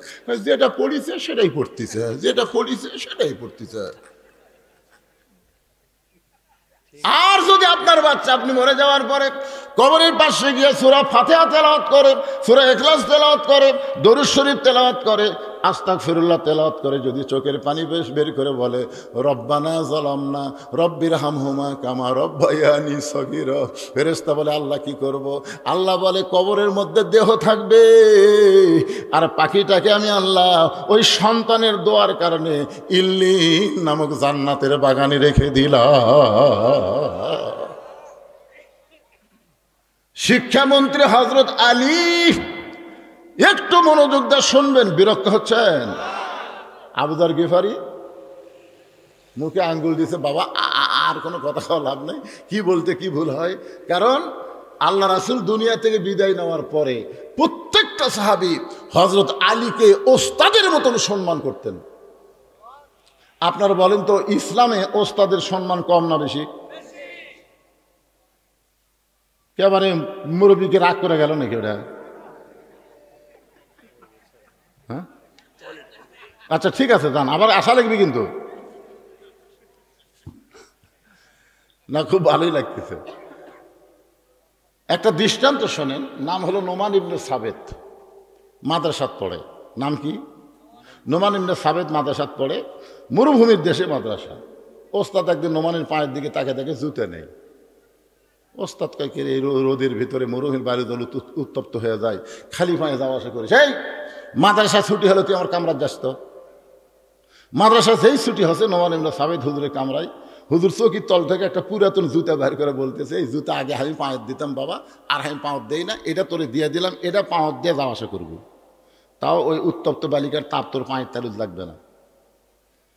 ওস্তাদ নোমান ইবনে সাবেতকে পুরাতন কাফনের জুতা দেওয়াতে নোমান ইবনে সাবেত জুতা দুইটা হাতের মধ্যে নিয়ে যায় আর চিন্তা করে, যেই জুতা হুজুর পায়ে দিছে সেই জুতা যদি আমি পাঁচ দেই তাহলে হুজুরের সঙ্গে বেয়াদবি হবে। ইসলামে ওস্তাদের সম্মান আছে, আছে না নাই? বাড়িতে গিয়ে জুতা দুইটা পরিষ্কার করে ওই জুতার কাপড় খুলে নোমান ইবনে সাবেত মাথার টুপি বানাইছে। পরদিন সেই টুপি মাথার দিয়ে মাথার সাথে আইছে আল্লাহর কোরআন শরীফ বুকের মধ্যে নিয়ে। ওস্তাদ খালি পায়ের দিকে তাকাই, কে রে আমার পুরাতন জুতা দেখে তুই ফেলে দিছে, আমার পুরাতন জুতা দেখে তুই ঘৃণা করে পাওয়ার দেশ নি। মনে মনে জবান খুলে বলে, নোমান মাদ্রাসা ছুটি হলে তুই আমার কামরাত যাবি। যেই মাদ্রাসা ছুটি হয়েছে নোমান ইবনে সাবেত কামরায়, ঘরের মধ্যে ঢোকার সঙ্গে সঙ্গে চামড়ার চাবুক দিয়া পিটন শুরু। মারতে মারতে মারতে নোমানের চামড়া কাইটা রক্ত দিয়া জামা ভিজে যায়। ওস্তাদ এক সময় বলে, বেটা রে, আমার হাতে যদি টাকা থাকতাম তোরে নতুন জুতা আমি কিনে দিতাম, কিন্তু পুরাতন জুতা দিছি বলে তুই জুতা ফাইলা দিয়া ঘৃণা করে জুতা পায়ে দিসনি, এই জন্যই তোকে এত মারতেছি, তুই যে কিছুই বলিস না। নোমান ইবনে সাবেত বলে, হুজুর আপনি শুধু আমার পায়ের দিকে তাকান, একটা বার কি আমার মাথার দিকে আপনি দেখবেন না? ওস্তাদ মাথার দিকে তাকায় দেখে নোমান ইবনে সাবেত ওই জুতার কাপড় দিয়ে টুপি বানাইছে। ওস্তাদ বুকের মধ্যে চাপটে ধরে বলে, বাবারে একটা বার যদি আমারে বলতাম যে হুজুর জুতার কাপড় দিয়ে মাথার টুপি বানাইছি, তাহলে তোরে তো এত মারতাম না। নোমান ইবনে সাবেত বলে, হুজুর কয়েকদিন আগে আমি স্বপ্নে দেখলাম আল্লাহর কোরআন শিখতে গিয়া ওস্তাদের হাতে যত জায়গায় ছাত্র পিটন খাবে, ওই জায়গায় জাহান্নামের আগুন কোনোদিন লাগবে না। হুজুর আমাকে আরো মারেন, আমাকে আরো মারেন। আল্লাহর কোরআন পড়তে পড়তে জাহান্নামের আগুনকে আমার বড় ভয় লাগে। আল্লাহর কোরআনের ওসিলায় আল্লাহ যেন আমাকে জান্নাত দিয়ে দেয়। ওস্তাদ বুকের মধ্যে নিয়ে বলে, নোমান রে, আমি ওস্তাদ হয়ে দোয়া করলাম আল্লাহ যেন জগৎ বিখ্যাত আলেম তোরে বানায় দেয়। ওই নোমান ইবনে সাবেত হলেন ইমামের আজম আবু হানিফা। এখন বলেন, ইসলামে মাদ্রাসায় ওস্তাদের সম্মান আছে না নাই? জোরে কোন আছে না নাই? বাজান এই কারণেই সম্মান, এই কোরআনের সঙ্গে তারা সম্পর্ক করে। আমাকে ওয়াজ শুরুর সময় বলেছে, হুজুর ওয়াজের একটা সময় আপনি একটু জনগণকে বলবেন এই মাদ্রাসার জন্য তারা যেন প্রাণ খুলে দান করে। আমি আপনাদের কাছে মাত্র 100টা কোরআন শরীফ চাই, মহিলা এবং ছেলে মাদ্রাসার জন্যে 100টা কোরআন শরীফ আপনারা দান করবেন। বাবা, যাদের বাপ মা কবরে গেছে, যাদের দাদা দাদি কবরে গেছে, নিজেও কবরে যাবেন, পৃথিবীর শ্রেষ্ঠ দান হলো নবীর মাদ্রাসায় একটা কোরআন, একটা কোরআন শরীফ মাত্র 500 টাকা। আপনি 500 টাকা দিবেন, আল্লাহর নবীর মাদ্রাসায় একটা কোরআন দান করার সওয়াব আল্লাহ আপনাকে দিয়া দিবে। কত টাকা কত হালে কত দিকে চলে গেছে। পৃথিবীর শ্রেষ্ঠ দান হলো একটা কোরআন। যদি আপনি বলেন হুজুর আমি 2টা কোরআন দিব, তাহলে 1000 টাকা দিবেন। বাপমার রুহের মাগফিরাতে যদি মনে করেন 4টা দিব, 2000 টাকা দিবেন। না পারলে একটা কোরআন শরীফ বাবদ মাত্র 500 টাকা। পৃথিবীর শ্রেষ্ঠ দান নবীর মাদ্রাসা একটা কোরআন। বাদান পকেটে টাকা থাকলে কৃপণতা করেন না, হতে পারে জীবনের শেষ দান হতে পারে, এই জন্য একটা কোরআন শরীফ দান করবেন। আপনাদের শ্রেষ্ঠ দান এই মাদ্রাসা একটা কোরআন। ছেলেরা কোরআন শরীফ পড়বে, আপনি কোরআন কিনে এনে দেওয়া লাগবে না, আমার হাতে 500 টাকা দিবেন। 500 টাকা দেওয়া মাত্রই আল্লাহ আপনার আমল নামে একটা কোরআন দানের সব দিয়ে দিবে।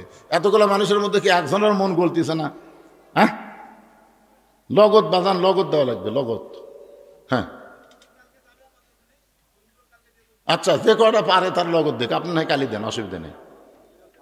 এই সাইডে একজন সিএলএ বসা দেখবি, অত দূর ঘুরে ঘুরে টেপ একটা করছে, মানে যাত্রা প্যান্ডেল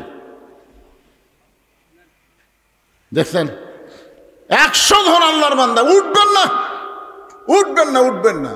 আবু যর গেফারের কাছে হয়তো আলী বসে আছে, বুঝতেছেন না? ফজর নামাজ পড়বি না, আর সুন্নত পড়তেছে, তারপরে কি হবে? এবারে আমার হাতে তো এখন একটাও এলো না, দোয়া করা লাগতেছে না। এই তো মাশাআল্লাহ। স্টেশন মাস্টার হাবিবুর রহমান কোরআন শরীফ বাবদ সর্বোত্তম 500 টাকা দান করেছে। আল্লাহ দানকে কবুল করেন। আর একজন আল্লাহর বান্দার নাম কয়নি, হানিফ আবু হানিফার নাম ওয়াজ হচ্ছিল। আল্লাহ হানিফ নামে একজন আল্লাহর বান্দা কোরআন শরীফ বাবদ 500 টাকা দান করেছে। আল্লাহ দানকে কবুল করেন। আর একজন আল্লাহর বান্দা কোরআন শরীফ বাবদ 500 টাকা দান করেছে। উঠবেন না ভাইজান, আপনারা দেখেন, দেখাও সব রে, উঠবেন কেন? এতক্ষণ ওয়াজ করলাম, একজনও লড়াচড়া করেননি, একটু দেখেন তো, দেখেন 100টা কোরআন শরীফ দেয় কিনা। আমার মা বোনদের কাছে যাবেন, দেখবেন মায়েরা খালি খুশি হয়ে দান করবে। আল্লাহ তোমার একজন বান্দা কোরআন শরীফ বাবদ 500 টাকা দান করেছে, আল্লাহ দানকে কবুল করেন। আর একজন কোরআন শরীফ বাবদ এবার 400 দিল, কেরে আর 100 নাই? এই 400 টা খেয়ে দিয়ে গেল রে। আচ্ছা ঠিক আছে, আপনি 200 দেন, 300 দেন, 100 দেন, এগুলো হচ্ছে দান। 400 টাকা দান আর 500 দিলেই কোরআন। একটা কোরআন শরীফ পৃথিবীর শ্রেষ্ঠ দান। জি আল্লাহ তোমার একজন বান্দা কোরআন শরীফ বাবদ পিন্টু কি দিছে? 500 টাকা দান করেছে পিন্টু কোরআন শরীফ বাবদ। আল্লাহ দানকে কবুল করেন। মায়ের নামে কে এনে দিল? হ্যাঁ, রয়েল নামি রয়েল। রয়েল 2টা কোরআন শরীফ বাবদ 1000 টাকা দান করেছে। আল্লাহ রয়েলের দানকে আল্লাহ আপনি কবুল করেন। আল্লাহ নেক নিয়ত নেগাসা পুরা আল্লাহুম্মা আমিন। মামুন কোরআন শরীফ বাবদ 500 টাকা। কে রে, ঢাকার মোড়ের লোকের হাতে টাকা নাই নাকি রে? ঢাকার মোড় কি নাম তো, ঢাকার মোড়। হ্যাঁ, এই যে আরেকজন আল্লাহর মামুন বান্দা কোরআন শরীফ বাবদ 500। আব্দুল বারি কোরআন বাবদ 500। আরেকজন নাম দান 500। আল্লাহ দানকে কবুল কর আল্লাহুম্মা আমিন। বাপ্পি কোরআন শরীফ বাবদ 500 টাকা দান করছে। মেয়েদের মধ্যে কোরআন শরীফ দেয়, আপনাদের বিশ্বস্ত লোক আছে ওটি? খালি বাপের জন্য মায়ের জন্য একটা কোরআন শরীফ দান করেন মা, আল্লাহ বাপ মার কবরকে জান্নাত বানায় দিবে। ভাইরে আপনাদের কাছে কি টাকা নাই? টাকা থাকলে দাবি আছে। পকেটের টাকাতে একটা কোরআন শরীফ দান করতেছেন না, আগামীকাল উষ্টা খায় পড়বেন, হাসপাতালে যাওয়া লাগবে, 1000 টাকা খরচ হবে, তখন কি করবেন? আর সদকা তো তারুদ্দুল বালা, দান সদকা করলে আল্লাহ বালা মুসিবত সব দূর করে দেয়। 1 মণ 2 মণ ধান দেন, যে হুজুর আমরা মাদ্রাসায় টাকা আনতে পারিনি, ধান কাটতেছি। এদের বৈশাখ মাসে দেখতেছেন না কি হারে শিল পড়তেছে, কুমিল্লায় সে হারে শিল পড়ছে, একটা শিল আদেশের করে। এদিকে ইরির ধান আপনার লাগাননি তো লেখা দেন না কেন? 2-1 মণ ধান লেখা দেন, যে হুজুর আমার আবাদ হলে আমি 1 মণ ধান দেবো। কোরআন শরীফ যদি নগদ দিবেন না পারেন, বাকি লেখা দেন যে হুজুর আমি 2টা কোরআন শরীফ বাবদ 500 টাকা দান করবো, 1000 টাকা দান করবো, লেখা দেন। এই মাদ্রাসা চালাবার গেলে তো দান করা লাগবে রে ভাই। সবাই দান করেন আল্লাহর হস্তে। আপনাদেরকে আগে আদায় করছেন নাকি? বাড়ি বাড়ি আদায় করছেন?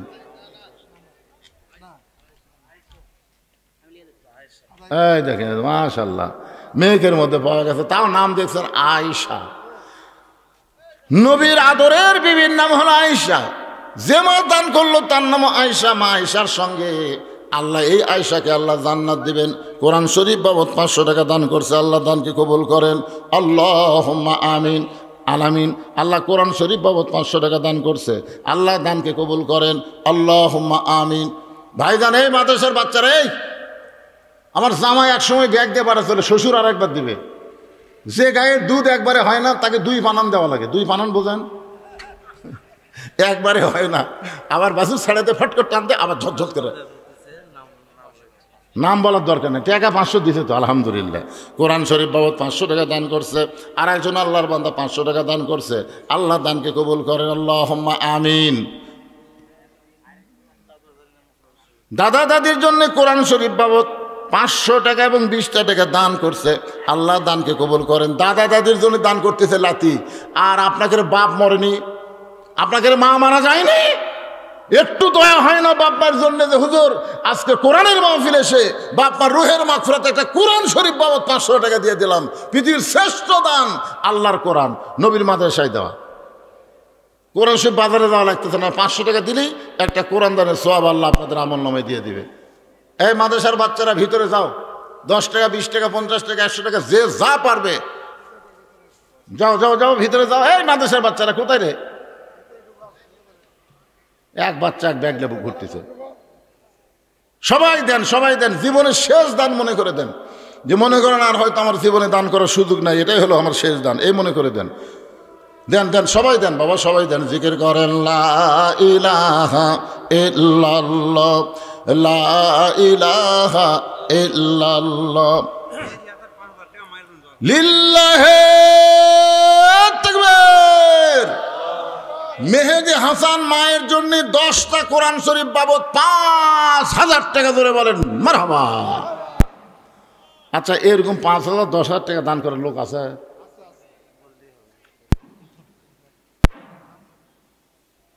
কোরআন শরীফ চাচ্ছি তাই চাতে না। মাদ্রাসার সভাপতি, সেক্রেটারি, কেশিয়ার, সদস্যরা দান করছে সব। মাদ্রাসার কমিটি নাই, কমিটি নাই করছে। ও কমিটি বলে নাই, পিছন থেকে একজন হচ্ছে কমিটি নেই।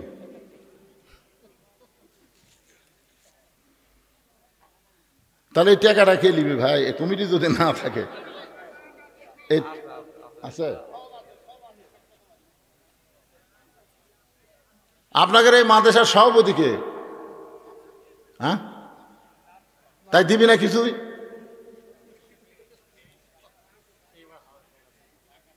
হ্যাঁ ও ঢাকা থুয়াচ্ছেন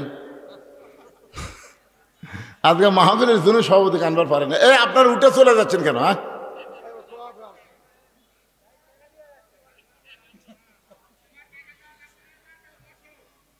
হায় হায়, টাকা দেওয়ার কথা শুনলে শোনেন, অনেক ধান দেখতে পাবেন, অনেক ধান।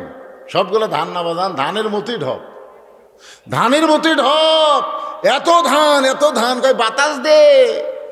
তখন বড় একটা ফ্যান নামিয়েছে, এখন দেখছেন ধান সাইজ করার একটা ফ্যান নামিনি, ফ্যানের কাছে এরকম যখন ধরতেছে তখন ধানের মতোই ঢপ বাড়ে, উড়ে উড়ে চলে যায়, উড়ে উড়ে চলে যায়। তার মানে কি ওটা পাতান রে, চিটা পাতান। চিটা পাতান কোনো সময় ধানের সাথে থাকতে পারে না। যখন মাদ্রাসার কালেকশন শুরু হয় এই চিটা পাতানগুলা উড়ে যায়, উড়ে যায়। আর ওয়াজি হবে না কিসের? মাদ্রাসা টিকায় রাখতে হবে, টিকায় রাখতে হবে। কারণ মাদ্রাসা তো সরকারি টিকাবে না, আপনাকেও টিকে রাখার লাগবে, বুঝলেন না? আপনাদের মতন আল্লাহওয়ালা মানুষ আছে বলে এখনো মাদ্রাসা টিকে আছে। সবাই একটু জিকির করেন, আমি আবার আলোচনায় ফিরে আসতেছি। লা ইলাহা ইল্লাল্লাহ, লা ইলাহা ইল্লাল্লাহ, লা ইলাহা ইল্লাল্লাহ, লা ইলাহা ইল্লাল্লাহ, লা ইলাহা ইল্লাল্লাহ, লা ইলাহা, লা ইলাহা ইল্লাল্লাহ মুহাম্মাদুর রাসূলুল্লাহ সাল্লাল্লাহু আলাইহি সাল্লাম। হযরত আলী বলতেছে, আবু যর, আমি এশার নামাজ সময় নবীকে বলেছি আমি ফজরের নামাজ পড়বো না, তাই বলে কি ফজরের সুন্নত পড়া যাবে না? সঙ্গে সঙ্গে আবু যর মুখে আঙ্গুল দিছে যে শিক্ষিত মানুষের সঙ্গে তর্ক করা যাবে? যাবে নাকি? হযরত আলী সম্পর্কে রাসূল বলেছেন, আনা মাদিনাতুল ইলমে ওয়া আলিউ বাবুহা। তিনি কত বড় শিক্ষিত ছিলেন। ওমর ফারুক যখন মদিনার খলিফা ছিলেন তখন হযরত আলী ছিলেন শিক্ষামন্ত্রী। ওমর ফারুক একবার জেরুজালেমে গেছিলেন, আপনার ইতিহাস সবাই জানেন। রাখালকে উটের পিঠে চড়ে দিয়েছেন, আর ওমর ফারুক রশি ধরে জমিনে দাঁড়িয়ে আছে। জেরুজালেমের খ্রিস্টানরা মনে করলো যে জেরুজালেম নিয়ে এখনো ফিলিস্তিনের উপরে কিন্তু নানা রকম নির্যাতন হচ্ছে। জোরে কোন কথা ঠিক কিনা ভাই রে? জেরুজালেমের খ্রিস্টানরা মনে করলো উটের পিঠে যিনি বসে তিনি হলেন খলিফা, আর রশি ধরে যিনি জমিনে দাঁড়িয়ে আছেন তিনি হলেন রাখাল। এই জন্য জেরুজালেমের লোকেরা আভ্যর্থনা করার জন্য একটা চকিয়া এনে উটের গায়ের সঙ্গে লাগাই দিয়া একজন হামাগুড়ি দিয়ে বললেন, আমির আল মুমিনিন, মুসলমানদের আমির, আপনার উটের পিঠ থেকে যদি নামতে কষ্ট হয় চকিয়ার উপরে পা দেয়া, তারপরে পিঠের উপরে পা দিয়ে আস্তে করে নামেন। রাখাল ছোট বাচ্চার মতন কান্না শুরু করেছে। জেরুজালেমের খ্রিস্টানরা বলে, কান্দেন কেন?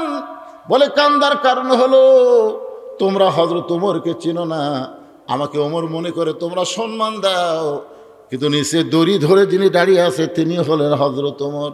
খ্রিস্টানরা বলে, এটা কেমনে হয়, এটা কেমনে হয়? রাখাল উটের পিঠে আর অর্ধ পৃথিবীর খলিফা জমিনে রশি ধরে দাঁড়ায়া। রাখাল বলতেছে, আল্লাহর কোরআন অনুযায়ী যখন রাষ্ট্র চলবে তখন মানুষ এমন অধিকার পাবে সবাই সমান হয়ে যাবে। সঙ্গে সঙ্গে জেরুজালেমের খ্রিস্টানরা বলে যে ইসলাম এমন সমতা দেয়, এমন সমমান দেয়, আমরা আর খ্রিস্টান থাকবো না, আমরা সবাই মুসলমান হয়ে যাব। ওমর ফারুকের হাতে সমস্ত খ্রিস্টান যখন মুসলমান হয়ে গেল, ওই খ্রিস্টানদের মধ্যে একজন বেঁকা ছিল, বেঁকা। ওই বেঁকা খ্রিস্টান পাদ্রীর কাছে গিয়ে বলতেছে, আপনি তো দরবার গরম করতেছেন, আপনি ঘরের মধ্যে জিকির মারতেছেন, কিন্তু মদিনার ওমর এসে সব খ্রিস্টানকে মুসলমান বানায় গেছে। পাদ্রী দৌড়ে এসে ওমরকে বললেন, ওমর, আমিও মুসলমান হবার চাই। ওমর ফারুক বললেন, আপনি খ্রিস্টান ধর্মযাজক, আপনি মুসলমান হলে তো আলহামদুলিল্লাহ। বলে, আমি মুসলমান হওয়ার আগে তোমাকে 4টা প্রশ্ন করব, উত্তর দিবার পারলে মুসলমান, না হলে মুসলমান হব না। ওমর ফারুক বলে, পাদ্রী কি 4টা প্রশ্ন করবা? বলে, 1 নম্বর প্রশ্ন হলো, পৃথিবীর এমন কোন জায়গা সূর্যের আলো একবার পড়েছে কিয়ামত পর্যন্ত ওই জায়গায় সূর্যের আলো পড়বে না?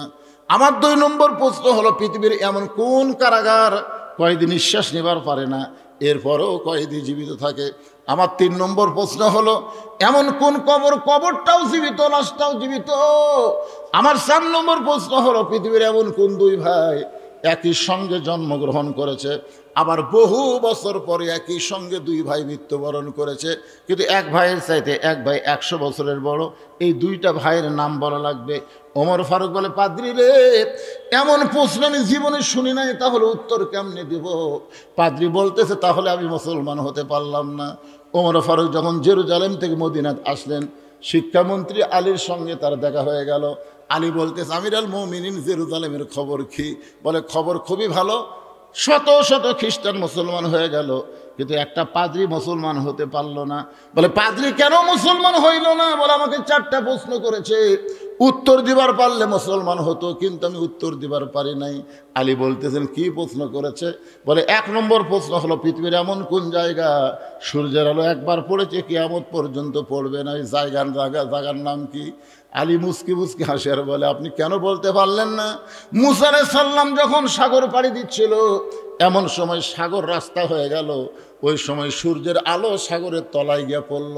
যখন ফেরাউন সাগর পাড়ি দিবার চাইল, ওই যে সাগর একত্র হয়ে গেল, কিয়ামত পর্যন্ত ওই জায়গায় সূর্যের আলো আর কোনোদিন পড়বে না। ওমর ফারুক চুমকে বলে, আলী, পৃথিবীর এমন কোন কারাগার কয়েদি নিঃশ্বাস নেবার পারে না, তারপরে জীবিত থাকে? আলী বলতেছে, মায়ের উদর সন্তান নিঃশ্বাস নেবার পারে না, এরপরেও আল্লাহ সন্তানকে জীবিত রাখে।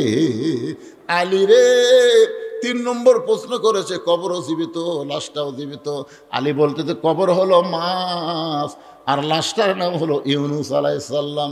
বাংলাদেশের যিনি ক্ষমতার চেয়ারে বসে আছেন, তার নাম কি? ইউনুস নবীরে খাইল মাছেতে গিলিয়া, ফেরেশতা পাঠাইলেন আল্লাহ ইসমে আজম দিয়া, দমে দমে সে হরদম পড়ে সে ইসমে আজম, মাছেরই উদর হইতে বাঁচাইলা প্রাণ। ইউনুস যখন ক্ষমতায় বসলো, তখন ভারত মনে করলো হাসিনা তো বাংলাদেশ আমাকে গোলাম বানাতে গেছে রে। কিন্তু এই মরদ প্রথম খুবই হুমকি ধমকি দিল না? কারণ ভারত দিল কি দিল না? পেঁয়াজ বন্ধ করে দেব, আলু বন্ধ করে দেব, চিনি বন্ধ করে দেব। ইউনুস কই, দে দে। ওরা সব বন্ধ করে দিয়ে ওরা এখন কাঁদতেছে, ভিসা বন্ধ করে দিয়ে ভারতের ব্যবসা হচ্ছে না, কোনো কিছু হচ্ছে না। বাইরে পশ্চিমবঙ্গের লোকেরা মাঝে মধ্যে সামনে বলা যাচ্ছে, ইউনুস একেবারে মুদি বুড়ে আঙুল দেখেছে, দেখ তোর ভারত আমার দরকার না, আমি চীনত যাই। ভাই যে 30টা প্রকল্প বাঁধ লিয়াচ্ছে, এত কিছু লিয়াচ্ছে, বলছেন ভারতের মোদি গলা থাকবে। আবার লালমনিরহাটে এমন একটা বিমানবন্দর তৈরি করতেছে, বুঝলেন, ভারতও গ্রাস করতে, ভারতের যে 7 সিস্টার আছে ওটা সাইজ করতে বাংলাদেশের 1 দিনও লাগবে না। সুবহানাল্লাহ কন না কেন? এই হাসিনার হুমকি, খেঙ্গি কুত্তের হুমকি, ওরা লাভ আছে কেন পাগলা? খেঙ্গি কুত্তা যখন হুমকি দেয় তখন কি করে? যে একটা বড় কুত্তা আসে 5 তলে নিয়ে দেয়, ধরে কোন কথা ঠিক কিনা? হাসিনা হলো খেঙ্গি কুত্তে, ওর হুমকিত কাম হবে। কি মনে করতেছেন ইউনুস সরকার আসার পরে দেশের উন্নতি হচ্ছে না অবনতি হচ্ছে? এতক্ষণ কয়বার জেনারেটর চালু করা লাগলো না, এতক্ষণ কয়বার জেনারেটর চালু, মানে 8 ঘন্টা পরে কারেন্ট নেই, 8 ঘন্টা পরে কারেন্ট নেই, জোরে কোন কথা ঠিক কিনা? কারেন্ট যায়। রমজান মাসে গেছিল, এর আগে হাসিনার সময় ইফতার করবার কেবল বসে বিসমিল্লাহ করে মুখত দেব, কারেন্ট নাই। তারাবির যায় কেবল 4 রাকাত নামাজ হতে কারেন্ট নাই। সেহরির সময় পানি ভরে লিয়াচ্ছে, কারেন্ট নাই। কি শোনেন, মানুষ বুড়া হলে কাজ একটু ধীর গতিতে হবে। ওনার বয়স হলো 85 বছর, ধীর গতিতে কিন্তু সবাই ধরা পড়বি। আজও ধরা পড়ছে, তোর কোন কথা ঠিক না? আস্তে আস্তে, ইন্নাল্লাহা মাস সাবিরিন, ধৈর্যশীলদের সঙ্গে আল্লাহ আছে বাজান। যেই কথা বলতেছে একটু মনোযোগ দিয়ে শোনেন। আবু যর গিফারি চুপ করে আছে। কিছুক্ষণ পরে ফজরের যখন সময় হয়েছে সেটা বলার আগে যেটা বলতেছিলাম, এবার বলতেছে উমর ফারুক বলতেছে, আলী ভাই, 2 ভাই একই সঙ্গে জন্মগ্রহণ করেছে, আবার বহু বছর পরে একই সঙ্গে মারা গেছে। এই দুই ভাইয়ের নাম কি? বলতেছে এক ভাইয়ের নাম হলো আজিজ আলাইসাল্লাম, আর এক ভাইয়ের নাম উজাইর আলাইসাল্লাম। কোরআন শরীফ পড়ে দেখেন, উজাইরকে আল্লাহ 100 বছর ঘুম দিয়েছিল, ঘুম থেকে চেতন করার পরে আবার দুই ভাই একই সঙ্গে কাফেরদের দ্বারা হত্যা হয়ে গেল। এখান থেকে বিশ্বাস হলো এক ভাইয়ের সাথে 100 বছরের বড়। ওমর ফারুক দৌড়ে এসে আলীকে বুকের মধ্যে নিয়ে বলে, আলী রে, তুমি না থাকলে আমরা ধ্বংস হয়ে যেতাম। ধরে গান সুবহানাল্লাহ। সেই হযরত আলী যেই মাত্র বেলাল আকামত শুরু করেছে, কদ কামাতিস সালাহ কদ কামাতিস সালাহ, সঙ্গে সঙ্গে হযরত আলী মারছে দৌড়। এক দৌড়ে গিয়ে প্রথম কাতারে আবু বকর আর ওমর যে খাড়া আছে, ওই কাতারের মধ্যে দুই হাত ঢুকে দিয়ে চাড়া দিয়ে ভিতরে ঢুকে আল্লাহু আকবার। নবী ফজরের সালাম ফিরাই বলতেছে, আলী আলী, এসার সময় কি করে গেলি? তুই না এসার সময় বলে গেলি ফজরের নামাজ পড়বো না, আবার সামনে কাতারে তুই দেখতে পাই আবু বকর খালি মুখের তলে হাত দিয়ে মুসকি মুসকি হাসতেছে। কারণ আবু বকরকে আল্লাহ রাসূল আগেই বলে দিয়েছে, জোরে কোন কথা ঠিক কিনা? আলী বলতেছে, ইয়া রাসূলুল্লাহ, বহু চেষ্টা করলাম ফজরের নামাজ পড়বো না, বহু চেষ্টা করলাম পড়বো না, কিন্তু আমি নামাজ পড়তে না চাইলে কি হবে, নামাজ আমাকে ছাড়লো না। ইয়া আইয়ুহাল্লাযীনা আমানু ইসতাঈনু বিস-সাবরি ওয়াস-সালাহ ইন্নাল্লাহা মা'আস-সাবিরিন। ধৈর্য নিয়ে আপনারা নামাজ পড়বেন, ধৈর্য নামাজের মধ্যে একটু ধৈর্য দিবেন। সূরা ফাতিহা একটু সুন্দর করে বলবেন, যে সূরা মিলাবেন একটু সুন্দর করে বলবেন। আল্লাহু আকবার বলা, আবার যখন দাঁড়াবেন সামি আল্লাহু লিমান হামিদা রব্বানা লাকাল হামদ একটু সময় দিবেন। সেজদা সুবহান রাব্বিল আলা বলে মাঝখানে বলে আল্লাহুম্মা ফিরলি ওয়ারহামনি ওয়াহদিনি ওয়ারযুকনি, একটু সময় দিবেন। এভাবে ধীরে সুস্থে সুন্দর করে রুকু সেজদা বিশিষ্ট নামাজ আদায় করলে সেই নামাজই হবে ইয়্যাকা না'বুদু ওয়া ইয়্যাকা নাস্তাইন। আমরা যা চাই কিছুই চাই না, আল্লাহ তোমার হেদায়েত চাই, আর হেদায়েতের বিনিময়ে তুমি আমাকে হয়ে যাও, তুমি আমাকে হলে তুমি কি দিবা দাও। জোরে কোন সুবহানাল্লাহ। আল্লাহ আমাদের সবাইকে কবুল করুক। ফজর আল্লাহুম্মা আমিন। জান্নাতের বাগান থেকে জান্নাতি মানুষদেরকে নিয়ে আমি গুনাহগার তোমার রহমতের দরজায় দুখানা হাত তুলেছি। আল্লাহ, হাসরের ময়দানে জাব্বার আর কাহার নামে রূপ নিয়া তুমি যখন বিচার শুরু করবে, তোমার সামনে দাঁড়ায়া সমস্ত নবীরা নাফসি নাফসি বলে কাঁদতে থাকবে। এমন কঠিন অবস্থা হাসরে হবে, সেদিন সমস্ত নবী তার উম্মতকে ভুলে যাবে, শুধু বলবে আল্লাহ আমার কি হবে, আমার কি হবে। একমাত্র দরদি নবী শাফাতের কান্ডারি ইয়া রব্বে হাবলি উম্মতি বলে সেজদায় পড়ে যাবে। সেই কঠিন মুসিবতের সময় আজকের এই মাহফিলকে ওসিলা করে আমাদের সবাইকে রাসূলের উম্মতের কাতারে আল্লাহ কবুল করে নিও। সুবহান রাব্বিকা রাব্বিল ইজ্জাতি আম্মা ইয়াসিফুন ওয়া সালামুন আলাল মুরসালিন ওয়ালহামদুলিল্লাহি রাব্বিল আলামিন। লা ইলাহা ইল্লাল্লাহ।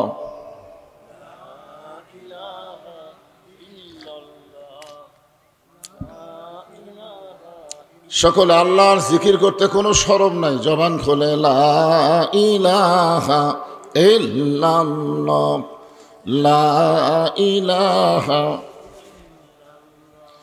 চাঁদ সূরজ আর গ্রহ তারা আল্লাহ নামের পাগল পারা। চাঁদ সূরজ আর গ্রহ তারা আল্লাহ নামের পাগল পারা। আমার আল্লাহ নামের এতই দয়া, আল্লাহ নামের এতই মায়া, লুকিয়ে রাখছেন হে আল্লাহ জোরে লা ইলাহা ইল্লাল্লাহ লা ইলাহা লা ইলাহা ইল্লাল্লাহু মুহাম্মাদুর রাসূলুল্লাহ। রাসূলের মহব্বতে জবান খুলে সকলে বলি সাল্লাল্লাহু আলাইহি ওয়াসাল্লাম। যেনারা পিছনে দাঁড়িয়ে আছেন আমি সবাইকে অনুরোধ করব আপনারা বসেন, সবাই বসেন। কোরআনের মাহফিলে দাঁড়িয়ে থাকা এটা আদবি, বরং বসাটাই হলো আদবি, দাঁড়িয়ে থাকা হলো বেয়াদবি। এই জন্য সবাইকে অনুরোধ করতেছি আপনারা আল্লাহর হস্তে বসেন। নুরানি কওমি হাফেজিয়া মাদ্রাসা এতিমখানা মাদ্রাসা কর্তৃক আয়োজিত আজকের এই তাফসিরুল কোরআন মাহফিল, আজকের এই মাহফিল আল্লাহ তাআলা যেনাকে সম্মানিত সভাপতির আসনে কবুল করেছেন, জনাব আলহাজ মোহাম্মদ আকবর আলী সর্দার। আজকের এই মাহফিলের সম্মানিত সভাপতিকে অন্তরের অন্তঃস্থল থেকে আমি শুভেচ্ছা জ্ঞাপন করছি। আজকের এই মাহফিলের সম্মানিত প্রধান অতিথি জনাব মোহাম্মদ আব্দুল মহিদ তালুকদার, সম্মানিত বিশেষ অতিথিবৃন্দ যেনারা রয়েছেন সকলকেই অন্তরের অন্তঃস্থল থেকে আমি শুভেচ্ছা জ্ঞাপন করছি। আজকের এই মাহফিলের সম্মানিত ওলামায়ে কেরাম, আপনাদের মাঝে মাঝে যে সমস্ত আলেম ওলামা বসে আছেন, মঞ্চে আছেন, মাগরিবের নামাজের পর থেকে এত রাত পর্যন্ত কোরআন হাদিসের আলোকে অত্যন্ত গুরুত্বপূর্ণ আলোচনা করে আপনাদেরকে শোনালেন, আলেম ওলামা সহ আজকের মাহফিলের বক্তাগণকে অন্তরের অন্তঃস্থল থেকে আমি শুভেচ্ছা জ্ঞাপন করছি।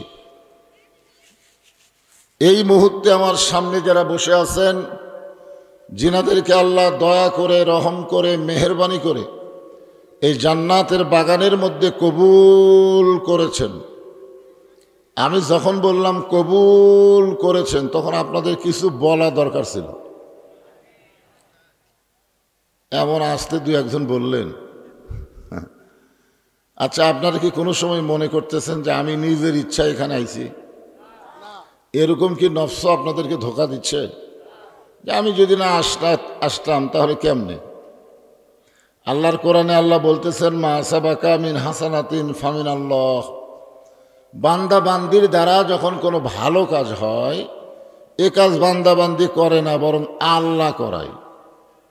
আপনার বলেন তো, এই মাহফিলে বসাটা ভালো কাজ না খারাপ কাজ?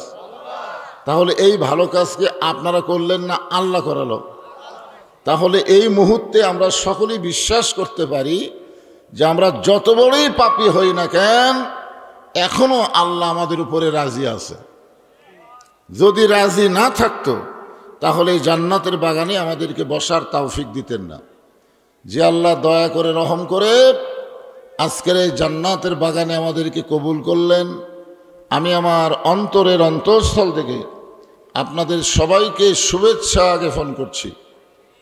সম্মানিত মা বোনেরা, পর্দার অন্তরালে বসে বসে যারা আলোচনা শুনতেছেন তাদেরকেও শ্রদ্ধা জ্ঞাপন করে অনেক বছর পরে আপনাদের এই এলাকায় এসে জিজ্ঞাসা করতেছি, আপনারা সকলে কেমন আছেন?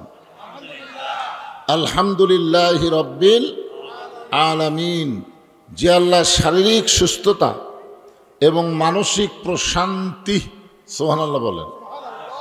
গত বছর এই সময় আমাদের অনেকের শরীর সুস্থ ছিল। এই সময় গত বছর খেয়াল করে দেখেন, এই সময় আমাদের অনেকের শরীর সুস্থ ছিল, কিন্তু মনের মধ্যে শান্তি ছিল না। কেমন যেন একটা অস্থিরতা কাজ করতো, না জানি কি হয়, না জানি কি হয়। আজরাইল ধরার আগে পুলিশ ধরার ভয়, কি কম ছিল না এরকম? কিন্তু আজকে 5ই আগস্টের পরে এখন পর্যন্ত আমাদের অন্তরটা এত শান্তিময় হয়ে গেছে যে শরীরও শান্তি, মনও শান্তি। সুবহানাল্লাহ। যে আল্লাহ শারীরিক সুস্থতা, মানসিক প্রশান্তি দান করে আজকের এই কোরআনের মাহফিলে কবুল করলেন, আমরা সে আল্লাহর উপরে খুশি না বেজার? তাহলে জবান খুলে সমস্বরে সকলে বলবো রব্বানা লাকাল হামদ হামদান কাসীরান তাইয়িবান মুবারাকান ফিহি। আমরা প্রশংসা করলাম কার? কেন করলাম? এই কারণেই আমরা আল্লাহর প্রশংসা বেশি বেশি করব। একটু হিসাব করেন তো, একটা আল্লাহর ওলিদের একটা কথা আছে, এটা কোরআন হাদিস না। মান আরাফা নফসাহু ফাকাদ আরাফা রব্বাহু। কেউ যখন তার নিজকে চিনতে পারবে সে তখন তার আল্লাহকেও চিনতে পারবে। এ কথাটা কিন্তু কোরআন হাদিস না, কিন্তু কথাটা অত্যন্ত গুরুত্বপূর্ণ। আপনি কি কোনোদিন হিসাব করে দেখছেন যে আল্লাহ যদি আমাকে হিন্দুর ঘরে পাঠাতো?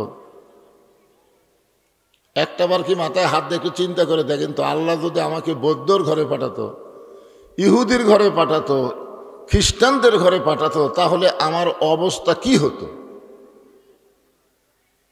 আমাদের কি দুনিয়ায় শেষ, না দুনিয়ার পরে আর একটা জগৎ আছে? আর একটা জগতের কথা আপনাদের খেয়াল আছে? আমরা কিন্তু এক জগতে ছিলাম বহুদিন, এক জগতে আমরা ছিলাম। সে জগতের নাম হলো আলমে আরওয়াহ, রুহের জগৎ। সে জগতে আমরা ছিলাম, এটা বিশ্বাস হয়? বিশ্বাস হয় না? কিন্তু আমাদের কি মনে আছে? এই ফ্যান লাগবে না, ফ্যান লাগবে না, সেরকম গরম নেই, লাও। তো এক জগতে আমরা ছিলাম, সেটার নাম হলো রুহের জগৎ। আল্লাহ যদি আমাদের রুহগুলো ধরে ধরে হিন্দু বৌদ্ধ খ্রিস্টানদের ঘরে পাঠাতো, তাহলে আমাদের কি হতো? একটাবার চিন্তা করে দেখেন তো। আল্লাহ কোরআনে বলেছেন অমাইয়াব তাগি গয়রাল ইসলামা দীনান ফালাই ইয়কুবালা মিনহু। এই আয়াতের বাংলা অর্থ হলো, ইসলাম ছাড়া অন্য কোনো ধর্ম কেউ যদি গ্রহণ করে, আল্লাহ বলেছেন লা ইয়কুবালা মিনহু, কখনোই তা কবুল করা হবে না। আল্লাহর কাছে একমাত্র কবুলযোগ্য ধর্মের নাম কি? সবাই বলা লাগবে, নাম কি? আল্লাহ বলেছেন ইন্না দীনা ইনদাল্লাহিল ইসলাম। তাহলে চিন্তা করে দেখেন, হিন্দুর ঘরে, বৌদ্ধর ঘরে, ইহুদির ঘরে না পাঠায় আল্লাহ সরাসরি আমাদেরকে মুসলমানের ঘরে কবুল করার কারণে আমরা জন্মসূত্রে আমরা মুসলমান। সুবহানাল্লাহ বলেন। আপনারা বলেন তো, জন্মসূত্রে মুসলমান হওয়ার মধ্যে লাভ কি? একটু লাভ লস না জানলে ব্যবসা হবে? এগুলো নিয়ে আপনারা চিন্তাই করেন না। জন্মসূত্রে মুসলমান হওয়ার মধ্যে লাভ কি? আমি ছোট্ট একটা কথা বলে আপনাদের বোঝানোর চেষ্টা করতেছি। আল্লাহ রাসূল একদিন মসজিদ নববীর মধ্যে বসে আছেন। কোথায় বসে আছেন? মসজিদ নববীর মধ্যে বসে আছেন। কিন্তু নবী শুধু নিজে বসে নাই, নবীর দুই উরাতের উপরে নবীর দুইটা নাতি বসে আছেন। আমাদের নবী শুধু নবী না, আমাদের নবী কিন্তু একজন নানা ছিলেন। যখন কি ছিলেন? তো দুই নাতি বসে খুব দুষ্টামি করতেছে। এক নাতি নবীর দাড়ির মধ্যে হাত দিয়ে দাড়ি টানতেছে, আর এক নাতি মাথার টুপি খুলে ফেলে দেয়। নবী কোনো বিরক্তি হয় না, বরং নবী ওদেরকে আরো আদর করে। সুবহানাল্লাহ বলেন। এমন সময় হযরত আবু বকর রাদিয়াল্লাহু মসজিদের দরজার কাছে গেছে। মসজিদের দরজার কাছে গিয়ে ভিতর দিকে লক্ষ্য করে দেখে যে এক নাতি দাড়ি ধরে টান মারে, আর এক নাতি মাথার টুপি খুলে ফেলে দেয়। এই দৃশ্য দেখার পরে আল্লাহর বান্দা আবু বকর আসমানের দিকে তাকায় বলতেছে, আল্লাহ, আমার নবী শুধু বিশ্ব নবী নয়, আমার নবী হলেন পৃথিবীর 1 নম্বর নানা। ধরে কেন? সুবহানাল্লাহ। আমরা যদি নানা হতাম আর নাতি যদি আমাকে দাড়ি ধরে টান মারে, টুপি খুলে যদি ফেলে দেয়, আমরা কি আদর করব না রাগ করব? এই নানাগুলা রাগ করবেন না আদর করবে? দুষ্ট, এ কথা বলবো। কিন্তু নবী কোনো রাগ না করে বরং দুইটাকে আবার বুকের মধ্যে চাপে ধরে দোয়া করতেছে। এই দৃশ্য দেখার পর আবু বকর রাদিয়াল্লাহু বললেন, আল্লাহ, আমার নবী শুধু বিশ্ব নবী নয়, আমার নবী হলেন পৃথিবীর শ্রেষ্ঠ নানা। কারণ আমাদের নবী শুধু নবী না। আমরা দরুদের মধ্যে কি বললাম? আল্লাহুম্মা সাল্লি আলা সাইয়্যিদিনা। সাইয়্যিদিনা শব্দের অর্থ হলো আমাদের নবী, আমাদের নেতা। কবরে যখন আমরা যাব, মুনকির নাকির আমাদের 3 নম্বর প্রশ্ন করবে, অমান নাবিউকা, তোমাদের নবী এবং তোমাদের নেতাকে। এ প্রশ্ন করবে, কিন্তু খালি প্রশ্ন করবি না তোমাদের নবীকে, প্রশ্ন করবে তোমাদের নবী এবং নেতা, তার নাম কি। তখন আমরা অনেকে হয়তো বলবো আমাদের নবী হলেন মোহাম্মদ রাসূলুল্লাহ আর আমাদের নেতা হলো বঙ্গবন্ধু। কেউ হয়তো বলবো আমাদের নবী হচ্ছেন মোহাম্মদ রাসূলুল্লাহ আর আমাদের নেতা হলো শহীদ জিয়া। মুসলমানের দাবি করার পরে আল্লাহর নবী ছাড়া অন্য কাউকে নেতা মানা যাবে না। যদি মানেন তো কবরত যা ধরা খাবেন। আচ্ছা, কবরত যা ধরা খালে তার অবস্থাটা কি হবে চিন্তা করে দেখেন। তো এখন এমন সময় হয়তো ওমর ফারুক মসজিদের মধ্যে ঢুকতেছেন, কিন্তু ঢোকার সময় আবু বকর রাদিয়াল্লাহু আনহু দেখে বলতেছেন, ভাইজান আপনি অনেক আগেই মসজিদে আইছেন, ভিতরে না ঢুকে দরজাত কি করতেছেন? আবু বকর বলে, ওমর একটাবার ভিতর দিকে লক্ষ্য করে দেখো। ওমর ফারুক ভিতর দিকে লক্ষ্য করে দেখতেছে, হোসাইন দাড়ি ধরে টান মারতেছে আর হাসান মাথার টুপি খুলে ফেলে দিচ্ছে। এই দৃশ্য দেখার পরে ওমর ফারুক বলতেছেন, এই 2টা সন্তান বড় বেদব হয়ে গেছে। এই 2টা সন্তান কি হয়ে গেছে? বেদব হয়ে গেছে, সব সময় নবীকে কষ্ট দেয়। আচ্ছা, আবু বকর কি বললেন আর ওমর কি বলতেছেন?